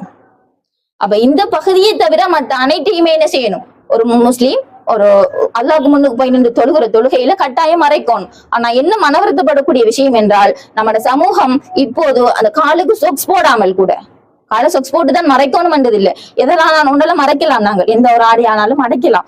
ஆனால் அந்த காலை கூட மறைக்காதவர்களாக, இப்ப இந்த அளவுக்கு கை ஒரு கட்ட கை சட்டை போட்டுக்கிட்டாங்கன்னா அந்த கையோடைய தொழுகையை நிறைவேற்றக்கூடியவர்களாக இருக்கின்றார்கள். இதிலும் ஆக மனவருத்தமான விஷயம் என்ன என்றால், அந்த பெருநாள் காலங்களில நாங்கள் இந்த அவுரத் விஷயங்களை நாங்கள் அவதானிக்கலாம். என்ன இந்த மறைக்கணும் என்று போட்டு அந்த நெட் ஆடைகள் அதை கொண்டு கை வலவு தானே இருக்கின்றது, இந்த கைட தோல் நிறம் தெரியக்கூடிய அளவுக்கு ஆடைகள் அணிந்து என்ன செய்யறது, தொழுகிறது. அப்படி தொழுதாலும் அவுரத் மறைத்ததாக போகுமா? இல்லை. எங்களுடைய தோலினுடைய நிறம் தெரியாதவாறு நாங்கள் என்ன செய்யணும், அந்த ஆடைகளை அணிந்து கொள்ள வேண்டும். அப்படி நாங்கள் அணிந்தால்தான் எங்களுடைய தொழுகை என்ன செய்யப்படும், ஏற்றுக்கொள்ளப்படும். எனவே ஒருத்தர் தொழுகையில 5 நேரமும் இந்த பகுதிகளை மறைச்சு தொழுகி வாரார். ஒரு நாளைக்கு 5 டைம் அவர் என்ன செய்யணும், அல்லாஹ்வுக்கு முன்னுக்கு நிக்க போல இந்த பகுதிகள் அவர் மறைச்சு வராரு. அது ஷரியத் சட்டத்துல என்ன சொல்லப்படுதுன்னா, நீங்க இவ்வளவு தான் மறைக்கணும், இந்த கையில மணிக்கட்டு வரைக்கும் தான் மறைக்கணும். உங்களுடைய ஆடைகளை கொஞ்சம் நீளமாக்கி கொள்ளுங்கள், இந்த அளவுக்கு நீங்க நீளமாக்கி கொள்ளுங்கள். ஏன் நாங்கள் அந்த அசைவுகள் ஏற்படும் போது எங்களோட கைகள் தெரிய வாய்ப்பு இருக்கு தொழுகையில. எனவே நாங்கள் அந்த ஆடையை கொஞ்சம் நீளமாக்கி கொண்டால் அந்த பகுதியை மறைத்துக் கொள்ளலாம். ஆனா நம்மட சமூகம் இப்ப எப்படி இருக்குது, மணிக்கட்டுக்கு இருந்து முழங்கைக்கு வந்து இப்ப முளைக்கையில இருந்து தோல் வரைக்கும் காட்டினா பிரச்சனை இல்லை என்ற அளவுக்கு என்ன செய்யுது, நம்மட சமூகம் மாற்றப்பட்ட ஒரு மோசமான நிலைக்கு சென்று கொண்டிருக்கிறது. அல்லாஹ் குர்ஆன்ல என்ன சொன்னான், இன்ன ஸலாத்த தன்ஹா அனில் ஃபஹ்ஷாஇ வல் முன்கர், நிச்சயமாக தொழுகைங்கிறது மானக்கேடான தீய விடயங்களை விட்டு தடுக்கும். அப்ப ஒருத்தர் தொழுகையில 5 நேரமும் அவருடைய அவுரத்துக்களை சரியாக கவனித்து பேணி தொழுது வந்தால் அவர் என்ன செய்வார், தொழுகை அல்லாத நேரங்களிலும் அந்த பகுதி வெளிப்படுவதை அவர் என்ன செய்ய மாட்டார், விரும்ப மாட்டார். அப்படி வெளிப்பட்டு அவர் என்ன செய்வார், அதற்காக வெட்கப்படுவார். தற்காலத்துல முக்காவாசி பெரும்பாலான பாவங்கள் வாரத்துக்கான காரணமே பெண்களின் ஆடையாக இருக்கின்றது, ஆடை அமைப்பாக இருக்கின்றது. எனவே நாங்கள் அந்த விடயத்தில் நாங்கள் அவுரத்தை மறைக்கின்ற விடயத்தில் நாங்கள் தொழுகையை ஒழுங்கா பேணி வந்தோமையானால் அந்த தொழுகை நிச்சயமாக எங்களுக்கு என்ன செய்யும், மானக்கேடான தீய விஷயங்கள்ல இருந்து எங்களை பாதுகாக்கும். அதே போன்று ஒருவர் தொழுகையில நிற்கும் போது நான் அல்லாஹ்வுக்கு முன்னுக்கு நிற்கிறேன், அல்லாஹோட பேசுறேன், நாயம் ஸல்லல்லாஹு அலைஹி வஸல்லம் அவங்களுக்கு சலாம் சொல்கிறேன், எனவே அல்லாஹ் என்னை அவதானித்துக் கொண்டிருக்கிறான் என்ற உணர்வு என்ற பயிற்சி ஒருத்தனுக்கு தொழுகையில 5 நேரம் வருதாமண்டா அவன் தொழுகை அல்லாத நேரமும் அவனுக்கு அந்த எண்ணம் வரும் தானே. அப்போது அவனுக்கு என்ன செய்யப்படும், அல்லாஹ் நம்மளை பார்த்து கொண்டிருக்கிறான் என்ற வகையில அவன் என்ன செய்வான், தீயதை செய்ய பயப்படுவான், தீயதை பார்க்க பயப்படுவான், தீயதை கேட்டு பயப்படுவான். எனவே இந்த தொழுகை அல்லாஹ் குர்ஆனிலே சொன்னபடி இந்த தொழுகையை நாங்கள் உண்மையாக கடைபிடித்தோமானால் அந்த தொழுகை எங்களில் என்ன செய்யும், மானக்கேடான தீய விஷயங்களை விட்டு எங்களை பாதுகாக்கும். அடுத்தது முக்கியமான விஷயம் போன். இப்ப எங்கட போன் இல்லாம எங்கட வாழ்க்கை இல்ல என்றாகிட்டு. தொலை போகும்போது முன்னுக்கு முசல்லால போன், தக்பீர்ல அல்லாஹ்காக தொழுகிறேன் என்ற தக்பீர்ல ஆள் நிக்கும், கால் வந்தா யார் என்று கண் பார்க்கும். அது இன்னும் ஒரு படி மேல போய் சிலர் என்ன செய்யறாங்கன்னு சொன்னா, மெசேஜ் வந்தா என்ன மெசேஜ் வாசிட்டு தொழுகையை தொடர்ந்து சொல்லுறாங்க. இப்படி ஒரு நிலை. அடுத்தது டிவில நாடகமும் பார்க்கணும், தொழுகையும் மிஸ் ஆகிடப்படா. அப்ப டிவியை நல்லா சத்தம் போட்டு டிவியை போட்டுட்டு என்ன செய்யறது, அல்லாஹ்க்கு முன்னு போய் அல்லாஹ்க்கு தொழுகிற ஆளாம். தொழுக அல்லாஹ்க்கு உளுந்துரும்புறாங்க, காதும் சிந்தனையும் டிவில யாரு கதைக்க என்ன கதைக்கா அந்த என்ன செய்யுது, கேக்குது. அப்ப இப்படி இருக்கு நம்ம ஆக்களோட தொழுகை. இதற்கான முக்கியமான காரணம் என்னன்னா, தொழுகையுடைய ஷரத்துக்கள் என்ன, ஃபர்லுகள் என்ன என்றது அறியாததான் காரணம். தொழுகையில ஃபர்லுல ஆரம்பமா நாங்க என்ன செய்வோம், நியத்து. அடுத்து நாங்க ஆரம்ப தக்பீரத்துல் இஹ்ராம் என்று சொல்லுவோம். அதுக்கு தக்பீரத்துல் இஹ்ராம் அல்லாஹு அக்பர் என்று நாங்க கூறுறது. அந்த ஆரம்ப தக்பீர்ங்கிறது தக்பீரத்துல் இஹ்ராம் என்றாலே கருத்து என்ன, ஹராமாக்குகின்ற தக்பீர். எதை ஹராமாக்குகின்ற தக்பீர், உலகத்துல அல்லாஹ் எங்களுக்கு பார்க்கிறது, கேட்கிறது, கதைக்கிறது, சிரிக்கிறது, குடிக்கிறது, தூங்குறது எல்லாத்தையும் எங்களுக்கு ஹலாலாக்கி இருக்கான். ஹலாலான விடயங்கள் தான் இதெல்லாம். இது எல்லாத்தையும் ஹராமாக்கி கொண்டுதான் நாங்கள் என்ன செய்யணும், அல்லாஹ்க்கு முன்னுக்கு போய் நிக்கணும். தொழுகைங்கிறது நாங்க அல்லாஹ்வோட உரையாடக்கூடிய ஒரு வழிபாடு. அல்லாஹ் அது எங்களை கடமையாக்கி இருக்கா, நாங்க அந்த இறைவனை நாங்கள் அதன் மூலமாக நெருங்க வேண்டும் என்பதற்காக. அப்ப அதுக்குள்ள நாங்க இந்த ஹலாலான விஷயத்தை அள்ளி கொண்டு போய் நின்று அல்லாஹ்வோட தொடர்பட முடியுமா, இல்ல. அப்ப அதற்காகத்தான் அல்லாஹு அக்பர் என்று நாங்கள் என்ன செய்யணும், ஹராமாக்குற தக்பீரை கட்டுறோம். அப்ப அந்த தக்பீர் நாங்க கூறின உடனேயே எங்களுக்கு ஹலாலான இந்த விடயங்கள் எல்லாம் என்ன செய்யப்படுது, ஹராமாக்கப்படுகின்றது. அப்ப இந்த விடயங்கள் எங்களுக்கு ஹராமாக்கப்படுகிறது என்றால் கோல் வந்தா பாப்போமா, யாரு டிவி கேட்போமா, அடுத்து பின்வார சத்தங்கள் கேட்குமா? நாயம் ஸல்லல்லாஹு அலைஹி வஸல்லம் அவர்கள் அந்த சஹாபாக்களுக்கு அந்த தொழுகையை அவங்க விளங்கப்படுத்தி அந்த சஹாபாக்கள் எந்த அளவுக்கு அந்த தொழுகை அவரோட வாழ்க்கையில எடுத்து நடந்தார்கள் என்றால், ஒரு முறை அலி ரலியல்லாஹு அன்ஹு அவர்களுக்கு ஒரு யுத்தத்திலே ஈட்டி ஏறிவிட்டது. அந்த ஈட்டியை பிடுங்க முயற்சி செய்யறாங்க, கலட்டுறதுக்கு முயற்சி செய்யறாங்க. கடும் வலி அலி ரலியல்லாஹு அன்ஹு அவர்களுக்கு. அலி ரலியல்லாஹு அன்ஹு அவர்கள் சொன்ன விடயம் என்ன, நான் தொழுகைக்காக சென்ற பிறகு நீங்கள் அந்த ஈட்டியை என்ன செய்யுங்கள், கலற்றி விடுங்கள். அப்படி கலட்டினீங்கன்னு சொன்னா எனக்கு என்ன செய்ய மாட்டா, அந்த ஈட்டி கலட்டினது எனக்கு தெரிய மாட்டா, விளங்க மாட்டான்னு கூறினார்கள். அப்போ பாருங்க எந்த அளவுக்கு அவர்களுடைய தொழுகை பக்குவமாக இருந்திருக்கிறது. இந்த உலகம் எங்களுக்கு ஹலால் தான், ஆனால் அல்லாஹ்வுக்கென்று நாங்கள் அந்த தக்பீரை நாங்கள் தொழுகைக்காக கட்டிவிட்டோம் என்றால் இந்த உலகத்தில் உள்ள அனைத்தையுமே நாங்கள் மறந்த நிலையில் தான் என்ன செய்யணும், அந்த வணக்கத்தை நாங்கள் செய்ய வேண்டும், ஈடுபட வேண்டும். அப்படி செய்தால்தான் அதன் மூலமாக நாங்கள் என்ன செய்யலாம், அல்லாஹுவை பெற்றுக்கொள்ள முடியும். எனவே இந்த காலகட்டத்துல நாங்க இந்த விஷயங்களை கொஞ்சமாவது என்ன செய்யணும், எங்களை எடுத்து நடக்கக்கூடியவர்களாக நாங்க ஆகியிருக்கணும். கட்டாயமாக இதுல முதல் மாற்றத்தை கொண்டு வர வேண்டியது நம்ம தான். ஒவ்வொருத்தரும் நாம நினைக்கணும், நாம என்ன செஞ்சா நன்மை கிடைக்கும், செய்யலாட்டி பாவம் இல்லைன்ற ஒரு விடயம் தான் பிரச்சனை இல்லை. ஆனா தொழுகைங்கிறது கட்டாயமாக வயது வந்த அத்தனை பேருக்கும் இதுவும் என்ன கடமை. அப்ப அது கட்டாயமா செய்துதான் ஆகணும். அப்ப செய்தது என்ன செய்யணும், ஒழுங்கான முறையில செய்யணும். தொழுகையாளிகள் தான் வயது நரகம் என்று அல்லாஹ் சொல்றான் குர்ஆன்ல. அப்ப தொழுகிறன் என்ற பேருக்கு தொழுதும் வேலை இல்ல. அந்த தொழுகையை நாங்க என்ன செய்யணும், உண்மையாக உணர்ந்து அறிந்தவர்களாக அந்த தொழுகையை நாங்க தொழக்கூடியவர்களாக ஆக வேண்டும். எனவே நாங்கள் ஒவ்வொருவரும் முதல்ல என்ன செய்யணும், இதுல இப்ப நம்ம கூறப்பட்ட விடயங்கள் எங்களுக்கு தெரியும், நாங்க எங்கள்ல எந்த பல இருக்குது, நாங்க எதுல மாற்றம் கொண்டு வர வேண்டும் என்று. அப்ப அதுல நாங்க முதல்ல என்ன செய்யணும், நாங்க தெரிந்து போகணும். தெரியாத விடயங்கள் இருந்தால் தெரிந்தாக்கத்தை என்ன செய்யுங்க, கேட்டு அந்த விடயங்களை தங்களை கட்டாயம் என்ன செய்யணும், அமுல்படுத்த வேண்டும். அப்ப அமுல்படுத்தி முதலாவது நாங்கள் எங்களை திருத்தி நாங்கள் எங்கள் பிள்ளைகள் சகோதரிகளை திருத்தும் போது எங்களோட சமூகத்திலே கட்டாயமாக என்ன செய்யலாம், நாங்கள் ஒரு மாற்றத்தை கொண்டு வர முடியும். அதே போலதான் என்னன்னா ஸ்கூல் படிப்பு இருக்கிற பிள்ளைகள் அம்மாமாரோட நினைப்பு என்னன்னா, அந்த ஒரு 10 நிமிஷம் 15 நிமிஷம் அல்லாஹ்வுக்காக அந்த நேரத்தை ஒதுக்கி அந்த இறைவனை வணங்குவதை விட அந்த படிப்பு பெரிதென்று கண்டுகின்ற தாய்மார்களும் நம்மில் இருக்கிறார்கள். இது சரியா? அந்த ஒரு 10-15 நிமிஷம் அல்லாஹ் அவனை வணங்குறதுக்காக தான் நம்மள படைச்சேன். ஆனா அதை விட்டுட்டு உலக படிப்புல நம்ம என்ன செய்யறோம், கவனத்தை இருக்கும். அதுக்காக படிப்பு கூடாது என்றல்ல, இறைவனை வணங்கினால் அல்லாஹ் அந்த உலக கல்வியிலும் என்ன செய்வான், எங்களுக்கு பரக்கத்தை தருவான். அதுதான் அதுல உள்ள விடயம். அப்ப இறைவனுக்கு கட்டுப்பட்டு நாயகம் ஸல்லல்லாஹு அலைஹி வஸல்லம் அவர்களை வாழ்முறையை பின்பற்றக்கூடியவர்களாக நாங்கள் மாறினால் நாங்கள் விரும்புவவற்றை என்ன செய்வான், அல்லாஹ் எங்களுக்கு இலகுவாக்கி தருவான். எனவே அந்த விடயங்களையும் தாய்மார்கள் ஆகிய நாம் கவனமாக இருக்க வேண்டும். அடுத்தது வீட்டுல இருக்கும்போது தொழுகைகள் மிஸ் ஆகாம தொழுகிறது. நாங்க ட்ரிப் பண்ணி வந்துட்டா என்ன செய்யணும், அந்த தொழுகை கணக்கில்லாமே விட்டுருவோம். ஆனா அப்படி இருக்க கூடுமா, விட்டு தொழுகிறது கூடாது. ஒரு ஆகமான பிரயாணமாக இருந்தால் அந்த தொழுகையிலே அந்த தொழுகையை கசரு ஜம்மு செய்வது, அதாவது சேர்த்து சுருக்கி தருவதற்கு வேற சட்டம் உள்ளது, அவ்வாறு தொழுகலாம். ஆனா நாங்க ட்ரிப் போற பயணம் ஆகுமானதாக இருந்தாலும், சும்மா சுத்தி பார்க்க போற பயணம் ஆகுமானதாக இருந்தாலும் அதுக்கு கசரு ஜம்மு கிடையாது. நாங்க அந்த தொழுகை என்ன செய்யணும், கட்டாயமாக உரிய முறையிலே நிறைவேற்ற வேண்டும்.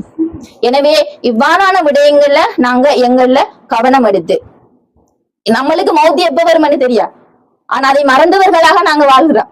நாங்க மௌத்தானா எங்கிட்ட கேட்கப்படுற முதல் கேள்வி என்ன, தொழுகை பத்தி தான். அந்த தொழுகைக்கு நாங்க செல்ற கேள்வி எங்களுக்கு இலகுவாக நல்ல சரியானதாக இருந்தா எங்களுக்கு மற்றபடி எங்கள் என்ன செய்யப்படும், இலகுவாக்கி தரப்படும். அப்ப அந்த தொழுகையை பத்தின கேள்விக்கு நாங்க சரியான விட செல்லவில்லை என்றால் அங்கால இப்ப நம்மளுக்கு மௌத்தன்னா என்னன்னு தெரியா, நம்மளுக்கு மௌத்து எப்ப வருமென்னு தெரியா. அதனால என்ன செய்யறோம், பராமுகமானவர்களாக உலகத்தில் மூழ்கியவர்களாக இருக்கின்றோம்.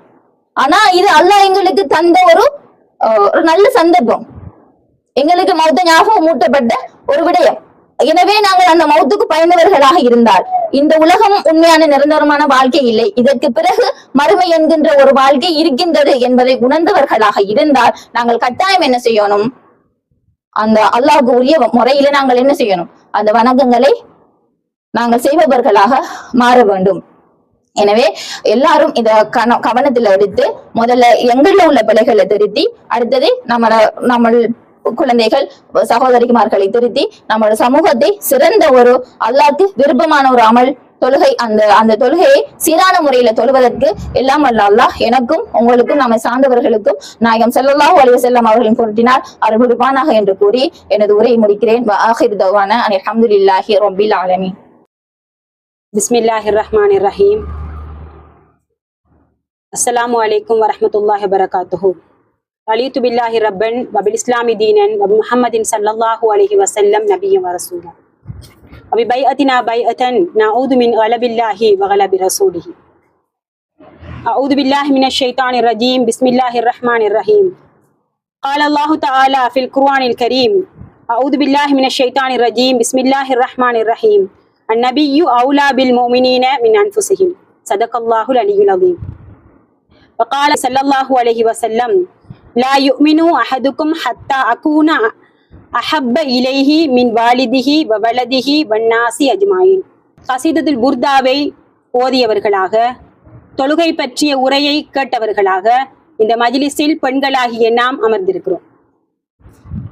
இஸ்லாத்தை பொறுத்த வரைக்கும் ஒரு அமலாக இருக்கட்டும், அதாவது ஒரு செயலாக இருக்கட்டும், ஏதாவது ஒரு இஸ்லாத்தின் ஒரு அங்கமாக இருக்கட்டும், எந்த ஒரு விஷயமாக இருந்தாலும் அந்த விஷயத்துக்கு ஒரு உயிர் என்பது அவசியம். ஒரு மனிதன், அந்த மனிதனில் உயிரற்றால், அவன் உயிர் இல்லாவிட்டால் அவன் எவ்வாறு சடலம், உயிரற்ற ஒரு சடலம் என்று அழைக்கப்படுகின்றானோ, மையித்து என்று அழைக்கப்படுகின்றானோ, ஒரு மனிதன் மையித்தானால் அவன் எதற்கும் பெருமதியற்றவனாக ஆகிவிடுகின்றான். இந்த உலகத்தில் ஒரு மனிதன் வாழும் போதோ அந்த மனிதன் எதை கொண்டு செல்கிறான் என்பதுதான் கணக்கில் இருக்கின்றதே தவிர அவன் எதை கொண்டு வாழ்ந்தான் என்பது கணக்கில் இல்லை. அவன் செல்வந்தனாக இருந்திருப்பான், அவன் ஒரு கல்விமானாக இருந்திருப்பான், அவன் ஒரு படித்த பேராசிரியராக இருந்திருப்பான். அவன் எதை கொண்டு இந்த உலகத்தில் வாழ்ந்தான் என்பது அவனை ஒரு தரம் உள்ளவனாக, அவன் ஒரு தரம் பெற்றவனாக இந்த உலகத்தில் காட்டியதே கபருக்கு வரப்போவதில்லை. காரணம் என்னவென்றால், அவன் உயிர் என்ற ஒன்றை கொண்டு சுமந்து கொண்டிருக்கும் போதோ எதை கொண்டு அவன் பட்டம் பதவி செல்வம் பெற்றானோ அது அவனுக்கு கபருக்கு பிரயோசனம் அளிக்காது. இங்கு முக்கியமான விடயம் என்னவென்றால் உயிர். இவ்வாறு ஒரு மனிதன் நடமாடும் போதோ உயிர் வாழும் போதோ அவனது உடலுக்கு எவ்வாறு உயிர் அவசியமோ அதே போலதான் இஸ்லாத்தை பொறுத்த வரைக்கும் ஒரு மனிதன் மோமினாக ஈமான் கொண்டவனாக வாழ வேண்டும் என்றால் அவனுக்கு நமது கண்மணி நாயகம் ஸல்லல்லாஹு அலைஹி வஸல்லம் அவர்களுடைய மஹப்பத், அவர்கள் மீதான இரக்கம் கட்டாயம் அவசியமாகின்றது. ஏனென்றால் நாயகம் ஸல்லல்லாஹு அலைஹி வஸல்லம் அவர்களை பற்றி, அவர்கள் மீது இரக்கம் வைப்பதை பற்றி அல்லாஹ் குர்ஆனிலே பின்வருமாறு கூறுகின்றான். அந்நபியோ, இந்த நாயகம் ஸல்லல்லாஹு அலைஹி வஸல்லம் அவர்கள், அவுலா மேலானவர்கள், பில் மூமினீன மூமின்களுக்கு மேலானவர்கள், மின் அன்ஃபுஸிஹிம் அவர்களுடைய நஃப்ஸை விட, அவர்களுடைய உயிரை விட அவர்களுக்கு மேலானவர்கள். இந்த ஒரு விஷயம் ஒரு மனிதனுக்கு இருந்தால்தான் அவன் மூமின், ஈமான் கொண்டவன் என்ற ஒரு பெயரை அவன் பெறுகின்றான். அப்படி இல்லாவிட்டால் அவன் இந்த உலகத்தில் வாழ்ந்து மரணிப்பதற்கே எந்த அர்த்தமும் இல்லாதவனாக ஆகிவிடுகின்றான். இதை அல்லாஹ் குர்ஆனிலே கூறி காட்டுகின்றான்.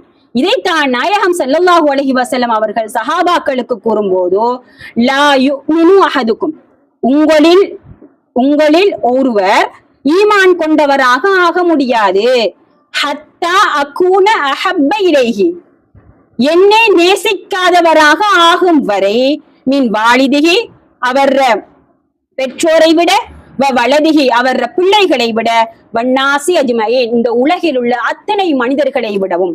ஒரு மனிதன் அவர் பெற்றோர், பிள்ளைகள், இந்த உலகத்தில் உள்ள அத்தனை மனிதர்களை விடவும் என்னை யார் நேசிக்கவில்லையோ அவர் ஈமான் கொண்டவராக ஆக முடியாது என்றுதான் நாயகம் ஸல்லல்லாஹு அலைஹி வஸல்லம் அவர்கள் கூறியிருக்கிறார்கள். இந்த உலகத்தில் நாம் முஸ்லிமாக பிறந்தோம். ஏன் முஸ்லிமான தாய் தந்தைக்கு பிறந்தோம், முஸ்லிமாக பிறந்தோம். ஏன் அவர்களுக்கு பிறந்த காரணத்தால் இந்த ஆடை அணிகின்றோம். மற்றபடி நம்மளுக்கு ஈமான் என்கிறது எங்க இருக்கு? நாயகத்துல மஹப்பத் இல்லாம, நாயகத்துடைய நேசம் இல்லாம ஈமான் வருது என்று சொன்னா அந்த மஹப்பத் எங்க நம்மள இருக்கேன்னு சொன்னா தேடி பார்த்தா இல்ல. அப்ப மூமின்ங்கிற அந்த அந்தஸ்துல, மூமின்ங்கிற அந்த தரஜாவுல, மூமின்ங்கிற அந்த படித்தரத்துல நம்ம இன்னும் வரல. வார எப்படி பெற என்று சொல்லி சொன்னா, அபூபக்கர் சித்திக் ரலியல்லாஹு தஆலா அன்ஹு, உமர் ரலியல்லாஹு தஆலா அன்ஹு, உஸ்மான் ரலியல்லாஹு தஆலா அன்ஹு, அலி ரலியல்லாஹு தஆலா அன்ஹு இவ்வாறானாக்கள்லாம் நாட்பெரும் சஹாபாக்கள். நாயகம் ஸல்லல்லாஹு அலைஹி வஸல்லம் அவர்களது காலத்தில் சஹாபாக்கள் எவ்வாறு அந்த நாயகம் ஸல்லல்லாஹு அலைஹி வஸல்லம் அவர்களை ஈமான் கொண்டார்கள், அந்த ஈமானுக்கு அடிப்படையான அன்பை அவர்களில் எவ்வாறு விதைத்தார்கள், நாயகம் ஸல்லல்லாஹு அலைஹி வஸல்லம் அவர்கள் மீது அந்த அன்பை எவ்வாறு அவர்கள் வெளிப்படுத்தினார்கள் என்பதை நாம் வரலாற்றின் மூலமாக முதலாவது உற்று நோக்க வேண்டும். ஒரு அமல் செய்வதென்றால், ஒரு தொழுகையை தொழுகின்றோம், அந்த தொழுகை வெறும் உயிரற்ற உடலாக இருந்தால் அர்த்தம் இல்லை. சும்மா கையை கட்டி கொண்டு கோழி கொத்துற மாதிரி குனிந்து கொண்டு நம்முடைய தொழுகை நிறைவேற்றுவதால் அதனால் எந்த பிரயோசனம் ஏற்பட போவதில்லை. அதற்கு உயிரான நாயகம் ஸல்லல்லாஹு அலைஹி வஸல்லம் அதை எமக்கு தந்தவர்கள் எமது கண்மணி நாயகம் ஸல்லல்லாஹு அலைஹி வஸல்லம் அவர்கள் தான். அவர்கள் மிஅராஜ் என்ற ஒன்றிற்கு சென்று இறைவனிடம் இருந்து எமக்காக கொண்டு வந்த அமல் தான் அந்த தொழுகை. அப்ப அந்த தொழுகையை நாம் அதனை ஈடுபாட்டோடு ஈடுபட வேண்டும் என்றால் அந்த தொழுகைக்கு நாயகம் ஸல்லல்லாஹு அலைஹி வஸல்லம் என்ற உயிர் கட்டாயம் அவசியம். நாயகம் ஸல்லல்லாஹு அலைஹி வஸல்லம் அவர்கள் என்றால் யார் என்பதை விளங்கி அந்த காலத்தில் சஹாபாக்கள் அவர்களுக்காக தம்முடைய உயிரை துச்சமென மதித்து அவர்களுக்காக தன்னுடைய உயிரையை அவர்கள் தியாகம் செய்யக்கூடியவர்களாக, அவர்களுடைய ஒவ்வொரு நொடியையும் அவர்களுக்காக தியாகம் செய்யக்கூடியவர்களாக அந்த சஹாபாக்களாக இருந்தார்கள். உதாரணமாக அபூபக்கர் சித்திக் ரலியல்லாஹு தஆலா அன்ஹு அவர்களிடம் ஒரு நாள் நாயகம் ஸல்லல்லாஹு அலைஹி வஸல்லம் அவர்கள் கூறினார்கள், அபூபக்கரே சித்திக் ரலியல்லாஹு தஆலா அன்ஹு அபூபக்கரே, ஒரு நாள் இன்ஷா அல்லாஹ் ஒரு நாள் இரவில் நடுநிசையில் உங்களுடைய வீட்டின் கதவை நான் ஒரு பயணம் போவதற்காக தட்டுவேன், நீங்கள் என்னிடம் வர வேண்டும் என்று கூறினார்கள். இதனை அபூபக்கர் ரலியல்லாஹு தஆலா அன்ஹு அவர்கள் மனதில் வைத்துக் கொண்டார்கள். அந்த நாள் வந்தது. அந்த சொன்ன நாளிலிருந்து பல நாட்களுக்கு பிறகு ஒரு நாள் வந்தது. அபூபக்கர் சித்திக் ரலியல்லாஹு தஆலா அன்ஹு அவர்களின் வீட்டின் கதவை நாயகம் ஸல்லல்லாஹு அலைஹி வஸல்லம் அவர்கள் தட்டுவதற்கு முன்னர் அபூபக்கர் சித்திக் ரலியல்லாஹு தஆலா அன்ஹு அவர்கள் கதவை உடனே திறந்து கொண்டார்கள். இதை கண்டு நாயகம் ஸல்லல்லாஹு அலைஹி வஸல்லம் ஆச்சரியத்துடன் அபூபக்கர் சித்திக் ரலியல்லாஹு தஆலா அன்ஹு அவர்களிடம் கேட்டார்கள், இந்த நடுநிசையில் என்னை எதிர்பார்த்து காத்திருந்தவர் போல பொட்டலங்களுடன் நீங்கள் வெளியே வருகின்றீர்களே, என்ன காரணம் அபூபக்கரே? நான் உங்களுக்கு முன்னெச்சரிக்கையாக சொல்லியும் வைக்கவில்லையே என்று கேட்டார்கள்.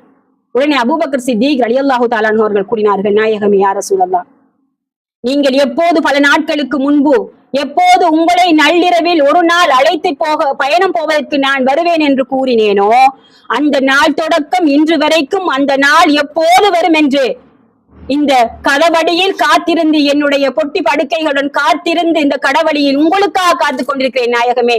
அந்த நாள் இன்று வரும் என்ற எதிர்பார்ப்பில். ஏனென்றால் உங்களுக்காக நான் காத்திருக்கலாம், எனக்காக நீங்கள் ஒரு நொடியேனும் காத்திருக்க கூடாது என்று அபூபக்கர் சித்திக் ரலியல்லாஹு தஆலா அன்ஹு அவர்கள் அவ்விடத்தில் கூறினார்கள். நாயகம் ஸல்லல்லாஹு அலைஹி வஸல்லம் அவர்கள் அந்த அபூபக்கர் சித்திக் ரலியல்லாஹு தஆலா அன்ஹு அவர்களை பற்றி கூறும்போது, இந்த உலகத்தில் உள்ள அத்தனை மூமின்களுடைய ஈமானையும் அபூபக்கர் சித்திக் ரலியல்லாஹு தஆலா அன்ஹு அவர்களுடைய ஈமானையும் 2 பேருடைய ஈமானையும் உலகத்தில் உள்ள அத்தனை பேருடைய ஈமானை ஒரு தட்டிலும் அபூபக்கர் சித்திக் ரலியல்லாஹு தஆலா அன்ஹு அவருடைய ஈமானை மறுதட்டிலும் வைத்தால் அந்த அபூபக்கர் சித்திக் ரலியல்லாஹு தஆலா அன்ஹு அவர்களுடைய ஈமான் தான் கதிக்கும், அவர்களுடைய ஈமான் தான் பாரமாக இருக்கும் என்று நாயகம் ஸல்லல்லாஹு அலைஹி வஸல்லம் அவர்கள் கூறினார்கள். என்றால் அவர்களுடைய ஈமான் எந்த அளவுக்கு அந்த நாயகம் ஸல்லல்லாஹு அலைஹி வஸல்லம் அவர்கள் மீது கொண்ட அந்த மஹப்பத், அந்த அன்புதான் அந்த ஈமானை அவர்கள் கதிக்க வைப்பதற்கு காரணமாக இருந்தது என்றால் அந்த அன்புக்கு ஈடாக இந்த உலகத்தில் எதுவுமே இல்லை. அப்படிப்பட்ட அபூபக்கர் சித்திக் ரலியல்லாஹு தஆலா அன்ஹு அவர்கள் தான் அந்த இரவில் நாயகம் ஸல்லல்லாஹு அலைஹி வஸல்லம் அவர்களுடன் ஹிஜ்ரத் பயணம் மேற்கொண்டார்கள். இரவில் நாம் அனைவருக்கும் தெரிந்த சம்பவம், தெரிந்த விடயம் என்றாலும் சற்று ஞாபகமூட்ட நினைக்கின்றேன். ஏனென்றால் சில வரலாறுகள் படிப்பினையில் நம்மளது மண்டியில் இருக்கும், ஆனால் தூசு தட்டப்பட வேண்டிய விஷயங்கள் தான் இவைகள். அவர்கள் நாயகத்தை அந்த குகைக்குள் அழைத்து சென்று அந்த குகைக்குள் முதலாவதாக நாயகம் ஸல்லல்லாஹு அலைஹி வஸல்லம் அவர்களை வெளியே நிப்பாட்டி வைத்து விட்டு, நாயகமே யா ரசூலல்லாஹ் கொஞ்சம் பொறுங்கள் என்று அந்த குகையை தூசு தட்டி ஏதாவது விச ஜந்துக்கள், பூச்சிகள், புழுக்கள் இருக்கின்றதா என்று அதை தூசு தட்டி அதில் 2 துளைகள் இருந்தன. அதில் ஒரு துளையை அவர்களின் ஆடையை எடுத்து ஆடையில் பகுதியாக கிழித்து அதனை அவர்கள் அந்த ஒரு துளையை அடைத்து விட்டு மற்ற துளையை அடைப்பதற்கு அவர்கள் துணியோ எதுவுமே காணவில்லை என்றதால் அவர்கள் இருந்து கொண்டு அவர்களுடைய ஒரு காலால் அந்த துளையை அடைத்து விட்டார்கள். இப்படி நாயகம் ஸல்லல்லாஹு அலைஹி வஸல்லம் அவர்களின் பாதுகாப்பு தான் அந்த சஹாபா பெருமக்களுக்கு முதலாவதாக இருந்தது.